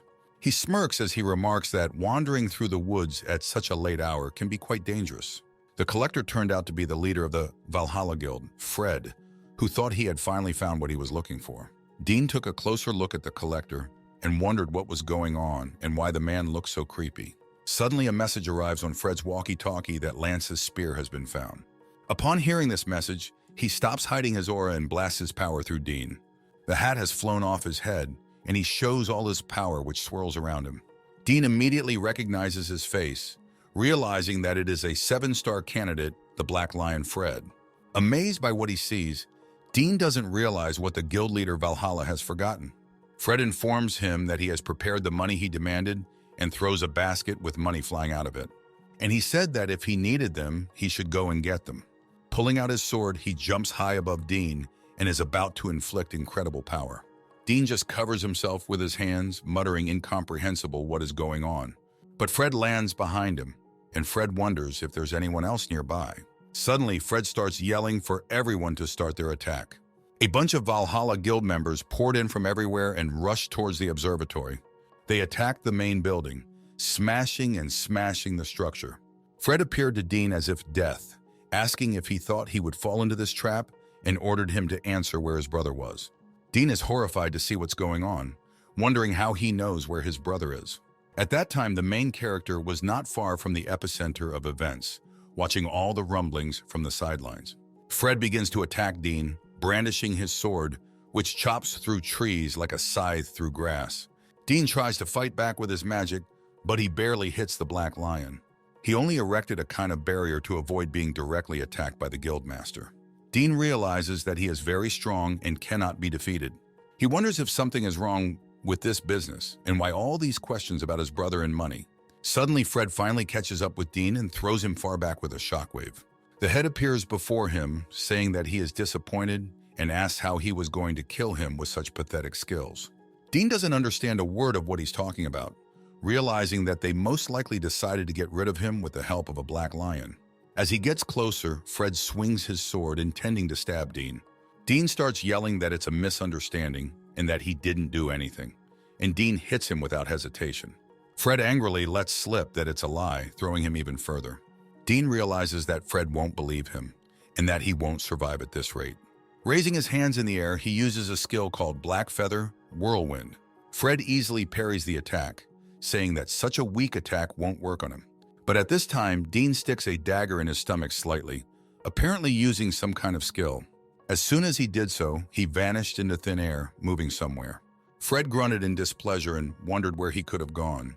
Dean moved a couple of kilometers away from the battlefield. Coughing up blood, he breathed a sigh of relief, thinking that it was fortunate that he had managed to escape from the monster. Leaning against a tree, he realizes that his body is on edge and his subordinates are likely to lose, and he used a sacred relic to escape. In anger, he begins to wonder who could have framed him and betrayed their secret base. Realizing that if he returns to the master, he will be killed, Dean hesitates to call Craig and ask him for help. Dean, who is resting, is caught by the protagonist, who sees how hard it is for him and how bad he looks. Confused, Dean asks what the hero is doing here, immediately realizing who is behind it all. The hero rushes towards him, swinging his spear and warning him not to fight back. As he got close, he said he would finish the job quickly. But Dean, clearly wanting to survive, tries to dodge all the attacks of the protagonist.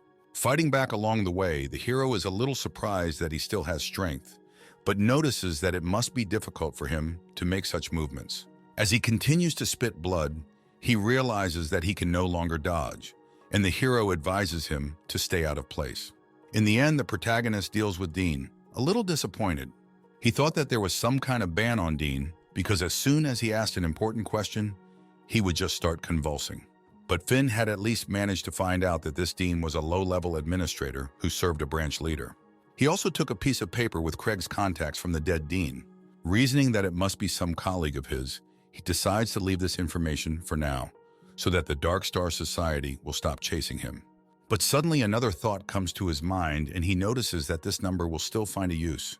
Finn pondered that it wouldn't be surprising if the celestial demon, destined to destroy the world, turned out to be a member of such an organization. The hero laughed, coming up with a new story about how it was the cultists who gave birth to the celestial demon, and he, a true regressor, should not put up with their existence. Thinking that it was too early to do so, he looked at Dean's corpse and realized that it had exceeded his expectations. Because without Fred's help, he wouldn't have been able to deal with this guy. Even if the lower-level administrator is so strong, he is afraid to imagine how strong their branch leader is. He approaches Dean's corpse, determined to search it once more. Finn finds a pair of myrrh crystals that were the same size as the one the guys paid him off. Realizing that there is nothing else useful, the protagonist decides to absorb another stigma mark. He begins the absorption and receives messages from the system that all the conditions for achieving the third awakening have been fulfilled and enlightenment has begun. A new power pierces the hero and awakens new memories left in the stigma of Lyra. The flashback shows a city filled with fire, and in the midst of all this chaos, Lance stands with his younger brother Fred. Lance suggests that his brother buy him some time, and he goes after Mona, to which Fred asks why he is offering it. Turning to his brother, Lance smiled and said that he knew about everything and was aware of Fred's love. Fred asked him what he meant, to which he replied that he was in love with Mona. Taking Fred by the shoulder, he asks him to leave quickly and reassures him that he will run away if he realizes that he can't cope. Having said this, he immediately rushes into battle with the monsters that have invaded the city. He dealt with the monsters without much difficulty, moving further and further to the very epicenter. But suddenly he stops abruptly when he sees something that stuns him. A huge slime-like monster appeared above him, with many arms and a huge mouth all over its body. Lance engages in a fierce fight, thinking about something. He speculates that if he had known that such a monster was lurking under the city's train station, then he would have been able to prevent the disaster. At this point, Lance's memories end, and the protagonist awakens, wondering why he always feels so bad afterwards. Suddenly, the system announces that the dark heavens have passed the third stage of enlightenment. His spear mastery has increased, and he has a new skill, infinite convergence. Realizing that now the level of mastery of the main stigma increases the level of the others, he decides to test his skills. He decides to harness the power of the new absorbed stigma, and after using the skill, he realizes that he is much more powerful than Dean's. The hero realizes that he can now focus on Lyra's mark and not be distracted by the others, which is good news. Deciding that it's time to finish, he decides to move on, but suddenly he is caught in a bright flash, which causes him to lose consciousness. After spending some time unconscious, he is woken up by the head of the association, Jack. Finn wakes up not understanding what's going on or why he's blacked out. There was already a commotion around him from the Valhalla Guild, who were counting their losses. The protagonist asks where he is, to which Jack replies that he is in the same place where he lost consciousness after the fight with the criminal. Jack called an ambulance and said that they were about to come for him and take him to the hospital. The hero gets up and makes it clear that it's superfluous and he's fine, and Jack, worried, suggests that he lie down for now. Finn smiled and began to assure Jack that he was really fine, thinking that he had cut himself for a reason to make everything look more believable. Standing up completely and dusting himself off, he walked towards the guild leader Valhalla, who was standing to the side. Fred notices the hero and asks if his name is Finn. Approaching him, the hero confirms this, thinking that he is beginning the last act of this play. Fred asks the hero if Dean said anything before he passed away. Answering that it doesn't seem to be a big deal, Fred notices that Dean has been retreating in a certain direction, as if trying to hide something. They head in that direction, hoping to find Lance, and are stunned by what they see. A dead man lay on the ground, and Fred stood and watched, unable to believe his eyes. He approached the body and fell to the ground in front of it, sobbing loudly for his older brother. Finn, on the other hand, watched the sad scene in silence from the sidelines. The hero thinks that this is not Lance's body, but one of the members of the Dark Star Society who pursued him, and that he has nothing to do with Lance's death. He recalls that Lance was the one who threw him to a pack of Enthorn to save his own pelt, after which he died. Finn didn't ask for a regressor power, and if you think about it, he's the victim. But given all this, the hero wonders why his conscience still gnaws at him. A week later, the hero is in the office of the Valhalla Guild, conversing with its leader, Fred. Fred apologizes for not being able to introduce himself properly, and Finn remarks that he still hasn't recovered from the loss of his brother. The guild leader called the hero to thank him first. Unsure why, Fred clarifies that if it weren't for Finn, he would have missed his brother's killer. Mona enters the office of the head and places on the table a diplomat who has been crammed to the brim with money. Fred says that it contains the $3 billion that the kidnapper requested, and since Finn was the one who killed Dean, he will give it to him. The hero was embarrassed. It was too generous for a reward, to which Fred replied that he would not deny it. The protagonist notices that there is some other reason for all this. Suddenly, Fred, looking at the hero, begins to ask if he really has the STIGMA, to which he responds with confirmation. The chapter also clarifies that he knows that Finn has had problems with Dark Star Society before.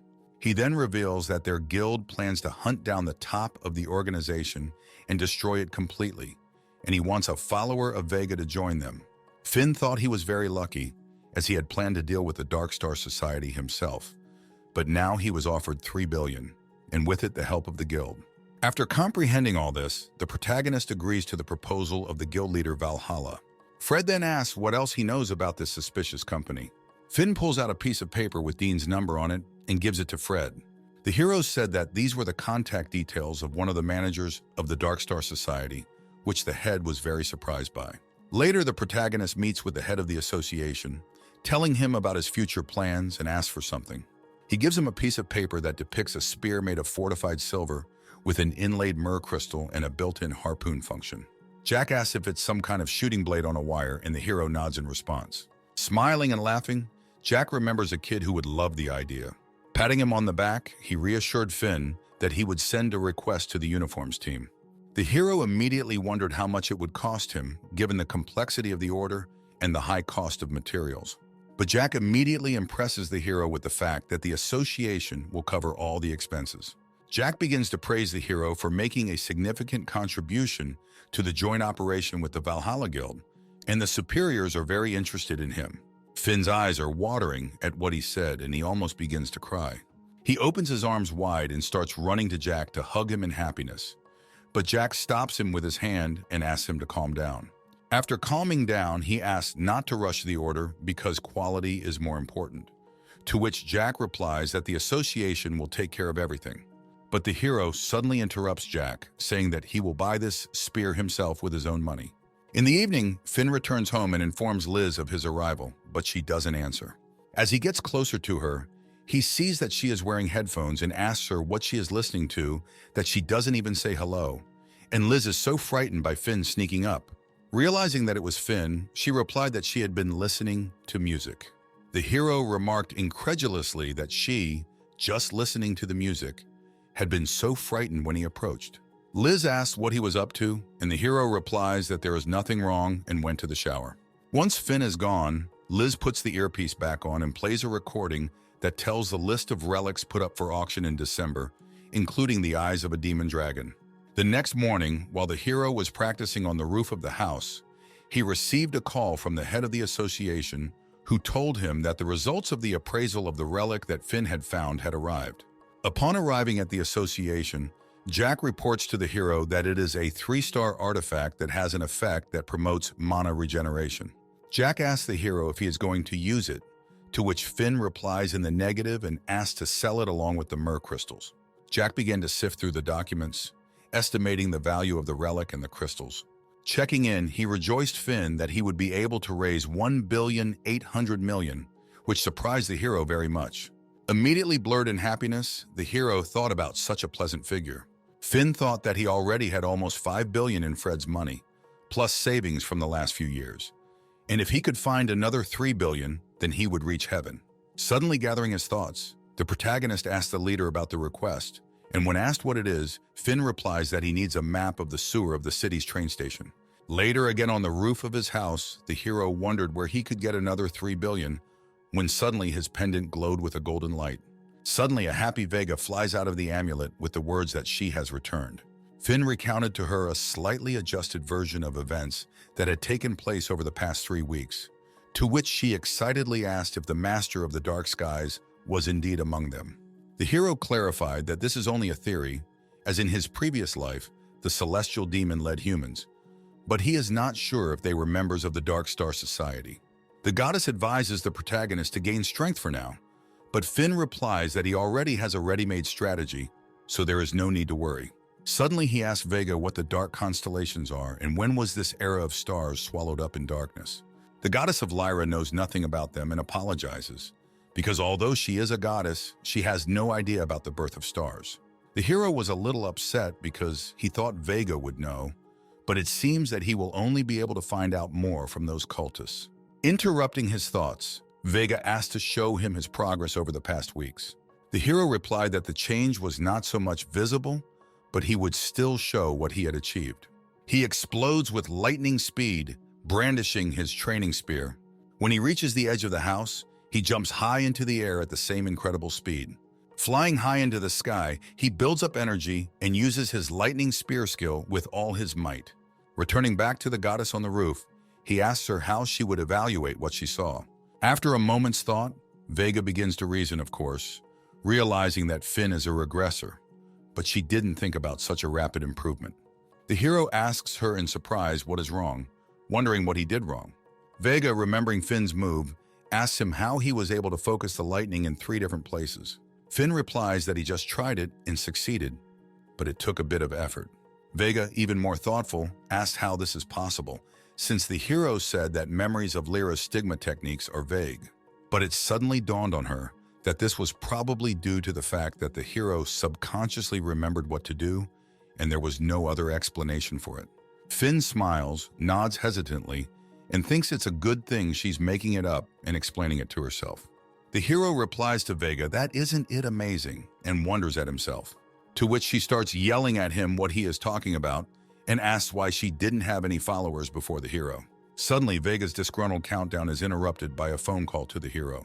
Finn pulls out his phone and sees the number of the association's leader, Jack. Arriving at the association, Jack hands the protagonist his order, for which Finn thanks him. On his way back home, Vega asks what his new weapon is, to which Vega replies in the affirmative.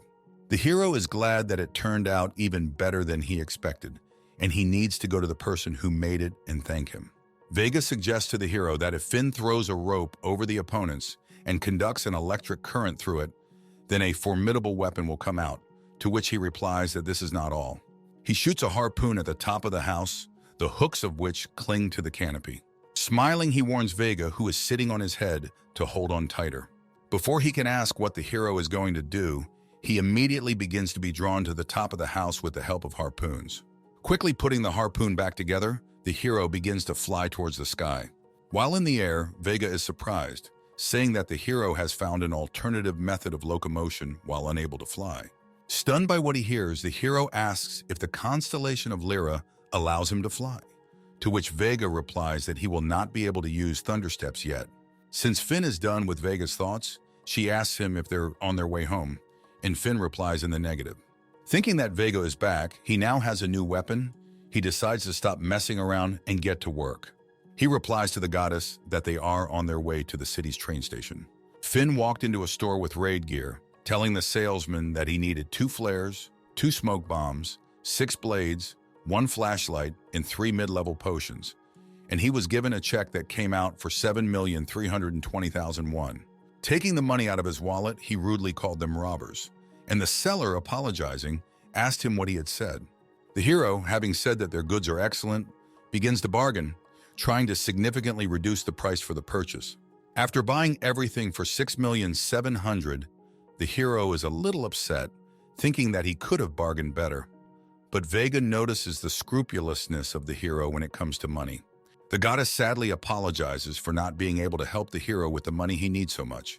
Finn smiled and asked him not to say that, as she was already helping him a lot, thinking that after she appeared, money literally began to fall from the sky. Having completed all the preparations, they reached the entrance to the sewers at the station. Climbing down through the manhole, Finn remembers that last time it was just ruins due to a broken seal, but he's sure it's the same place. Vega asks him if he is confident that he can handle the monster, to which he replies that there is nothing to fear as long as he is sealed. The hero is sure that so far he is no more harmful than a huge sack of potatoes than in the future. Realizing that they are lost, Finn thinks about what to do next, and Vega suddenly shows the hero the direction. Showing the place, she reports that ominous dark energy is emanating from there. The hero checks the map and realizes that there is a dead end. The goddess again notices that she has a similar sensation to the one she felt in the past gate, but now it's still a little different. Heading to the passage that Vega pointed to, the hero decides to check what awaits him there. As he walked a little farther, he saw something that bothered him greatly, and his eyes widened. In the distance of the passage stood two monsters that looked like red lizard men. Finn thought they were just another mutant because of their atypical red skin color. Noticing the protagonist, they immediately pounced on him, and Finn only happily replied that they would just get off for a warm-up. Not letting them get close to him, he began to quickly attack them with his spear, keeping them at a distance. The lizard men blocked normal attacks, but the hero told them that it wouldn't work using his lightning skill, which completely fried the monster. His new spear can be electrified completely, unlike Lance's weapons. After defeating this pair, a moment later, half a dozen more of their kind appeared. Finn speculates that the two must have been just guards, to which Vega nods approvingly. Interrupting their discussion, they lashed out at the protagonist with screams. Finn shot his harpoon and filled the passage with steel threads. It begins to accumulate energy to deliver a massive blow to enemies. The hero passes a powerful current through the threads that entangle all the lizards, leaving no living place for them. Delighted with the result, he is pleased to note that this new trick has worked well. But suddenly his joy is interrupted by the impact of an incoming object, which throws him back a little. It was the head of the reptiles with horns on its head, which was 3 times larger than usual. He shouted and ordered the soldiers to attack, and they immediately pounced on the protagonist. Pulling the cables back in, he decides to deal with them in close combat with a new silver spear. Finn makes a feint and steps back a little. After preparing the lightning spear skill, he hits most lizard men with his lightning. Immediately afterwards, he pounces on the leader and throws a spear charged with millions of volts at him. After killing them all, he's glad it was too easy. After dusting himself off after the fight, he begins to collect all the loot dropped from the monsters. All the collected crystals turned out to be black, and the hero thinks that he is already starting to get used to them, since they are already found more often than usual. Vega asks him what he knows about these sinister crystals, to which he replies that he has never seen anything like them in his first life. But suddenly it occurs to him that there is definitely a connection between the mutants and the Dark Star. It is impossible for this to be a coincidence, as there are too many mutated monsters. Finn thinks he doesn't have a good feeling, but he doesn't care if he gets the money, as black is even more expensive than regular black. Walking further, they see the end of an aisle leading into a large room. They go out into a fairly large space and carefully look around. Finn notices the same slime monster from Lance's memories, which didn't make any movements. Surprised by what she saw, Vega asked what it was the monster, to which the hero replied that it was he who destroyed the city's train station.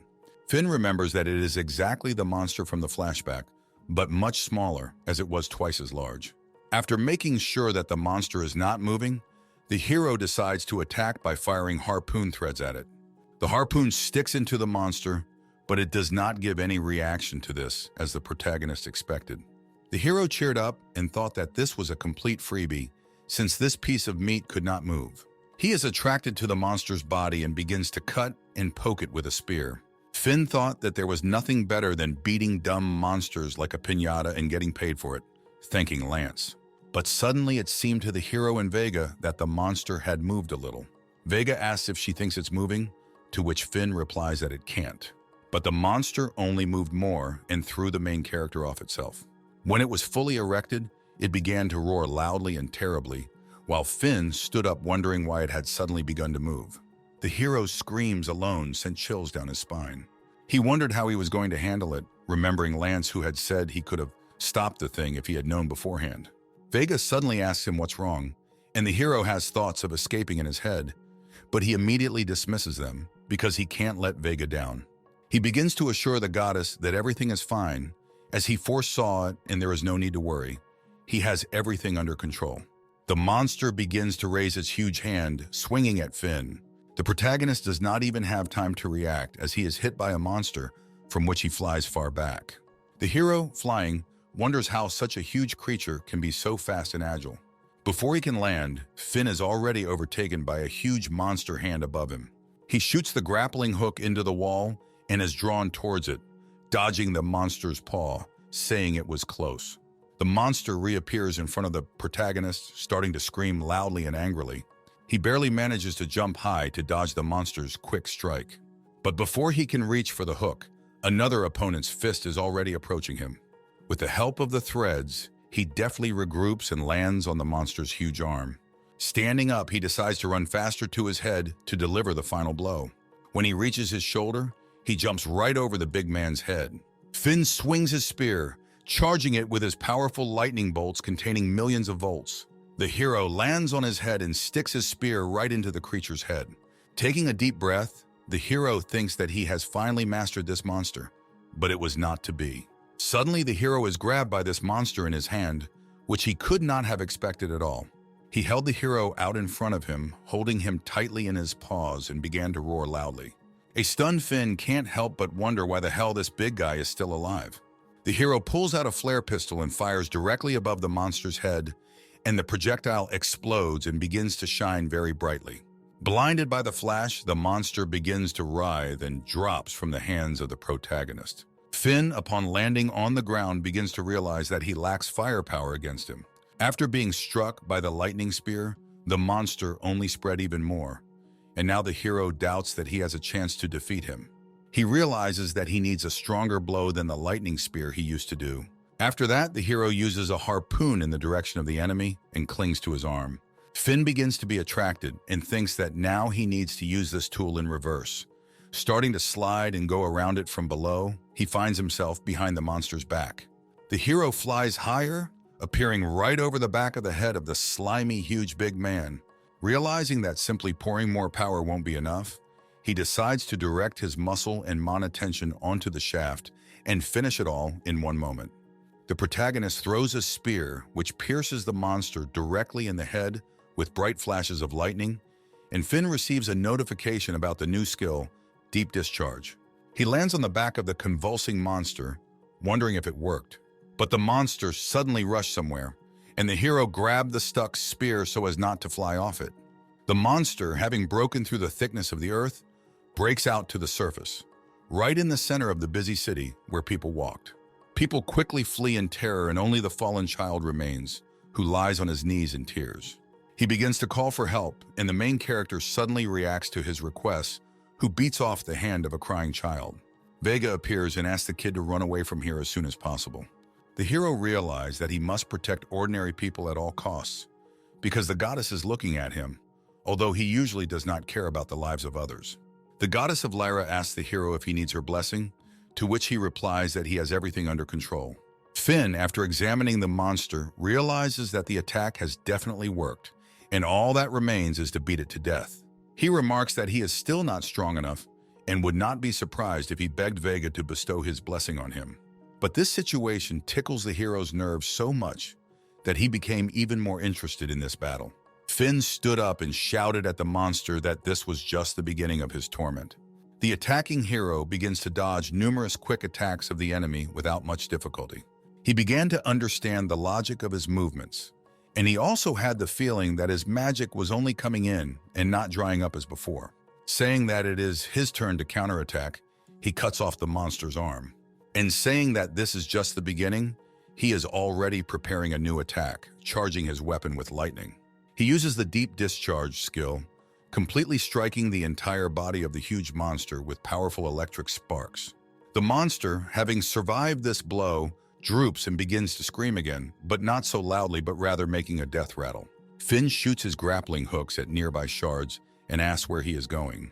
It completely wraps the monster with threads, at the ends of which are stones, beginning to pass the strongest current through them. The twisted monster is once again hit by another powerful attack with millions of volts. The entire charred enemy, after standing for a while, falls to the ground with a great crash.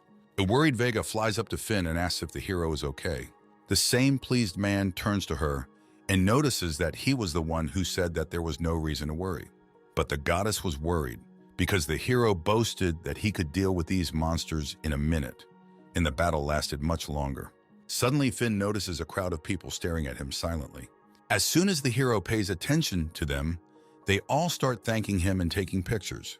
The protagonist realized that now he would not be able to hide his identity under all these camera flashes. Out of nowhere, a reporter appears and begins to ask the hero questions, including what guild he is from. Finn, on the other hand, proudly replies that he is a member of the association, thinking that once he has been caught, he needs to create a good image for himself in order to more easily enjoy the trust of the public.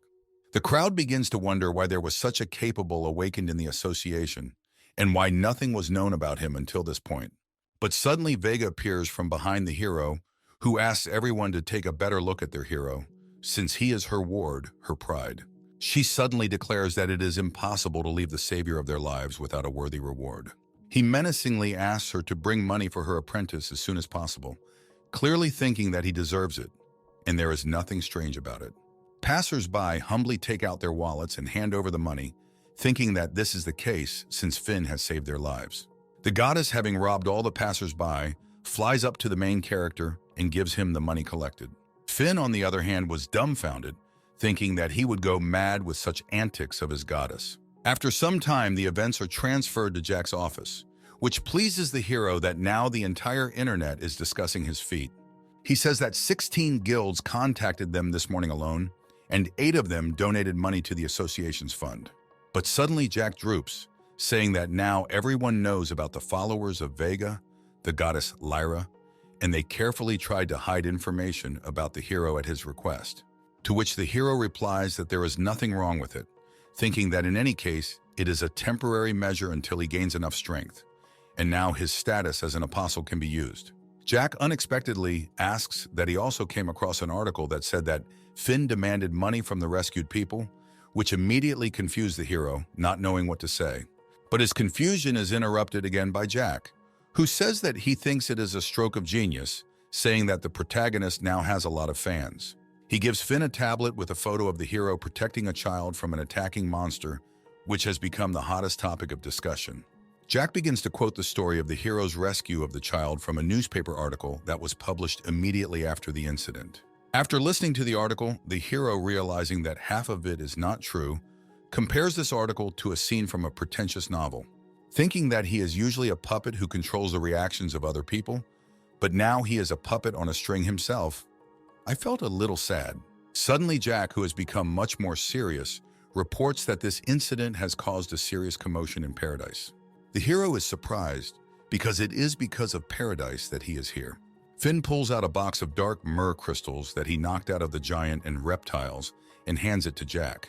The head picks up the stones, noticing that the price of dark crystals has dropped a lot lately. The hero thought that indeed mutants began to occur more and more often. Respectively, dark crystals ceased to be such a rarity. Jack valued the crystals at 400 million, and the hero asked for them to sell them as soon as possible, preferably within a couple of days. But the head is not sure that it will work, as their price is now fluctuating greatly. Finn offered Jack to pay him 300 million, and the rest of the association could take for himself. The head of the association shuddered at such an offer, because then they would take 100 million for themselves, and Finn never missed a profit. In the end, Jack agrees, saying that the money will arrive in the protagonist's account by tomorrow noon. Finn gets up and is about to leave, but Finn stops him and asks him to wait a second. He pulls out a briefcase containing an item that the hero requested from the association and places it on the table. He also gives Finn a certificate of a special authorized member of the association.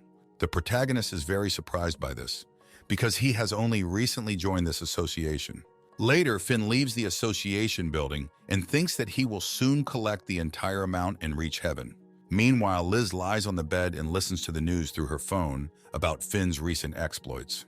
Further news reported that the list of items put up for auction in December had been confirmed. Suddenly, Liz is interrupted by Vega, who is surprised that she has finally woken up. Liz is a little frightened because she thought that the goddess left with the protagonist, but he forgot the amulet at home. Vega sits down next to the girl and wants to ask her something. She asks about the reason for the protagonist's unhealthy obsession with money. Liz replies that he wants to go to heaven, a protected area on Manhwa Island where there are no gates and no monsters. And the place is run by Gray, who is the only follower of the constellation Ursa Major, the leader of the Heaven's Favorites Guild. Vega begins to realize that Finn isn't saving up to move to that island, and Liz asks if she knows his childhood dream. His dream was a place where he would not be offended and where he would not be cold or hungry. For them, such simple happiness seemed like a pipe dream. When they were at the orphanage, they were beaten by the headmaster every day, and usually Finn was the hardest hit. But up to a certain point, the main target of the shelter director was Liz. One day, while he was beating Liz, Finn came running and started screaming about a fire in the kitchen. The director ran away, but there was no fire and the director beat them even harder. The goddess realizes that after this incident, he began to be beaten more often. Liz, on the other hand, goes on to talk about how he had only one dream, to live a life where he would never have to lie again. And recently she realized that soon Finn would go to heaven and then their paths would diverge. Vega asks why Liz doesn't follow him if it's all about the money. But the whole problem is not the money, but the fact that she would not be given permission to enter since she needs to pass a lot of tests. 5 years ago, she was a 7-star awakened and confident that she would somehow survive without Finn. In the past, she fought the 9-star monster Barbados, the dragon of 1,000 curses who cursed her. Because of the dragon, she doesn't have access to mana, and at the same time, Finn made her a promise, but it was more of a demand for her. She wanted the protagonist to live with her until he bought the right to live in paradise. She called it a duty because for the previous 3 years, she had been rescuing him and looking after him. Liz pulls out street clothes, saying how nasty and selfish she used to be. After all, as a boy without superpowers can earn $1 billion, she was afraid of being left alone and therefore tied him to herself. She didn't expect Finn to have a stigma at all, much less Lyra's, and now he's famous. Saying that it seemed to be her karma, she reached under the bed and took out a large box. Liz took out a simple prosthetic leg and put it on. She stands up and, bowing to the goddess Lyra, asks her to keep an eye on Finn. Vega didn't say anything, and she went to the exit, saying that she needed to be away on business. Liz walks down the street, making her way with a cane, and remarks that it's not that difficult because the awakened ones have heightened senses. She comes to the bank to withdraw all the funds she has accumulated over the years. An employee of the bank, taking into account all investments over the past 5 years and the accumulated interest, calls the amount of $321 million. Liz sadly realizes that this is unlikely to be enough to buy the eyes of a demon dragon. She recalls that 5 years ago, when the first gates opened, she was fighting for a living, not earning. It wasn't until 2 years later that she had a decent amount of money for the first time, thanks to the crystals, but most of the proceeds went to pay medical bills. She transferred all the money she had saved to a debit card and moved on. Liz thought that this money was her last thread of hope, so that she wouldn't lose Finn. But suddenly her thoughts are interrupted by the protagonist she met, who was very worried about her leaving home. Liz laughed, surprised that Finn was looking for her. He turned out to be just in time, because the girl just had plans for him. They went to an expensive clothing store and Liz asked him to pick up 5 suits. The protagonist begins to wonder what is happening and why all this is happening, because it is so expensive. She turns to him and replies with a satisfied smile that she is on a date. Having bought good clothes because Liz felt sorry for the hero that he constantly walked like a homeless man, they moved on, saying that she had withdrawn all the money from the account and that Finn would just listen to her that day. She suggested that he go and eat some Korean beef. The hero freezes in surprise because Korean beef is very expensive. Oni arrives at a Korean beef restaurant, enjoying the wafting aroma at the entrance. But the hero suddenly notices a sign next to it with a restaurant where crabs are cooked. And Liz immediately offers him to enjoy a couple of crabs because suddenly she realized that she is not in the mood to eat Korean barbecue. The hero is even more surprised because Liz hates seafood. They order a whole table of seafood and start their meal, only Liz is not at all comfortable eating. Finn begins to help her by taking the meat out of the crabs with chopsticks and bringing them to her mouth. Liz really likes the taste, and the hero suddenly calms down when he sees that she has become the same. After a delicious lunch, they pay and head for the exit. Leaving the restaurant, the protagonist is noticed by two girls who clarify his name. Realizing that it is indeed the lightning wolf Finn, they begin to scream his joy in a fan-like way. The protagonist asks them to leave and not to embarrass them with his behavior, since he doesn't even know them. One of them hands the marker to the hero and asks him to sign her t-shirt. The hero took the marker and was about to sign, thinking that they were acting like crazy fans. But suddenly Finn notices a furious Liz who is standing behind him. She walks up to the hero and embraces him, declaring them a couple in love. The fans immediately run away in bewilderment because they just asked for an autograph, and why be so angry? A smug Liz smirks as she notices their impudence. She asks the hero not to talk to the girls who roll up to him. Suddenly, the girl suggests that Finn go to karaoke, thinking that they will definitely not be found there. After having a good time, they leave the karaoke and go outside where it is already dark. Liz, hugging the hero's hand, joyfully walks with him along the illuminated alley towards the house. Suddenly, she became sad and asked Finn how much money he had already saved, and the hero made it clear that almost that's it. Liz began to speculate that they didn't have long to live together and whether he would really go to heaven. Finn confirms, because that's what he's been saving for all these years. Those disappointing words brought a tear to Liz's eyes. She wants to tell him not to leave, but overcomes her desires by wiping away a tear and raising her head with a smile. She looks up at Finn and asks him to remember her. The protagonist doesn't understand why he would suddenly forget Liz. The Eyes of the Demon Dragon is an extremely rare sacred relic that only drops from monsters with 6 stars or higher and is able to remove any curse. Liz hopes that this sacred relic will be able to cope even with the dragon magic of 1,000 curses. She also doubts that 300 million will be enough for her to buy it, but she reassures herself that if everything works out, she will be able to go to heaven with the hero. A little later, the action moves to the auction house. An employee of the auction house, seeing the girl's condition, decides to help her fill out the forms. After filling out the paperwork, she is escorted to the hall by another employee who says that as soon as the auction begins, entry and exit will be prohibited until the very end. Liz enters the hall and can't find her seat, but another visitor tells her direction. As she walks to her seat, she suddenly notices people around her gossiping quietly about her. Ignoring them, she sits down in her seat and immediately begins the December auction of sacred relics. The first item in the auction was an ash-colored censer, a 4-star heirloom that sold for twice Liz's savings. She begins to console herself that the dragon demon's eyes aren't as versatile and therefore won't be as much in demand. After selling a few auction relics, the host announces the next item. He unveils a sacred relic capable of breaking any curse, the 6-star relic of the demon dragon's eye. Liz immediately explodes when she realizes that this is why she came to the auction in the first place. The initial bet is 100 million, and 10 billion is the maximum. Before bidding can begin, the auctioneer is interrupted by Liz with a minimum bid of 100 million. Everyone around her begins to mock her because she named the starting price of the auction lot. The girl prays that no one will outbid the price, but suddenly someone raises the rate to 2 billion. After that, the auctioneers perk up and start quickly raising the bids even higher. Liz began to cry when she realized that she really didn't stand a chance of success. She recalls that she was abandoned by her parents, whom she did not really know, and her whole life was hell. Then why can't a miracle happen at least once? All she wants to do is stay with Finn so she can have as much fun with him as before. Suddenly, the man to her left wonders why she needs the eye of the demon dragon.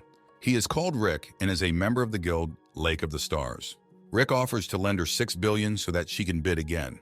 But in return, Liz would have to stay with him for 5 years as a wife, reaching out to her lap. The girl shudders in shock at what she hears, realizing what a terrible person he is. But she also thinks that this is her last chance. Suddenly, the auction doors are opened by a person, and all the auctioneers pay attention. The auction security ran up to the man, trying to stop him, because during the auction, the entrance is strictly closed. It turned out to be the protagonist, who showed them the identity card of the special agent of the association. He is let through, and everyone begins to recognize the guy from the train station in town, and Liz notices familiar footsteps. The auctioneer begins to hurriedly apologize for a slight misunderstanding. The protagonist had 2 large suitcases in his hands, which he carried directly to the stage. Upon reaching the stage, he throws them right in front of the auctioneer, and the suitcases full of money are opened. Finn confidently calls the bet of 10 billion cash. The host announces that the Demon Dragon Eye relic has been redeemed at the maximum price. The protagonist climbs onto the stage and retrieves the relic. Liz, sitting in her seat, didn't understand what Finn was doing. The hero descends and heads straight for Liz, who had this type of hand on her knee. Finn immediately menacingly orders him to get out of his sight. The hero points a finger at him, demanding that he remove his hands. Rick explodes from his seat, beginning to resent the protagonist's impudence. But suddenly, looking at his face, he realizes that it is the same guy from the newspaper, the Lightning Wolf. Rick immediately begins to make excuses that there was a slight misunderstanding. The hero grabs him by the shoulder and threatens to find out about this misunderstanding to the head of his guild. Rick falls to his knees and begins to apologize, asking him not to tell his chapter about it. Finn replies that it was just the way it is, telling him to fail as soon as possible. Rick gets up and begins to quickly run away before he gets into even more trouble from the protagonist. As soon as he runs away, Finn grabs Liz's hand and begins to lead her somewhere. He takes her to the roof of the auction house, and she begins to ask him how his ticket to heaven is now. Without replying, he walks over to Liz and brings the eye of the demon dragon to her face, saying that it will be over soon. The sacred relic is immediately sucked into her cloudy, unseeing eye. It falls on the protagonist's shoulder in pain, but soon everything passes. She steps away from Finn and opens her eyes wide. Liz sees her savior in front of her, who asks how she views heaven. She lifts her head in tears to see a dark night sky in which thousands of stars shine. The hero also asks for her right leg to be stretched, wearing a new prosthetic leg that he requested from the association. Looking at her, he smiles, noticing that this one is definitely better than the old one. Liz begins to cry even more, not understanding why he is doing such a pointless thing.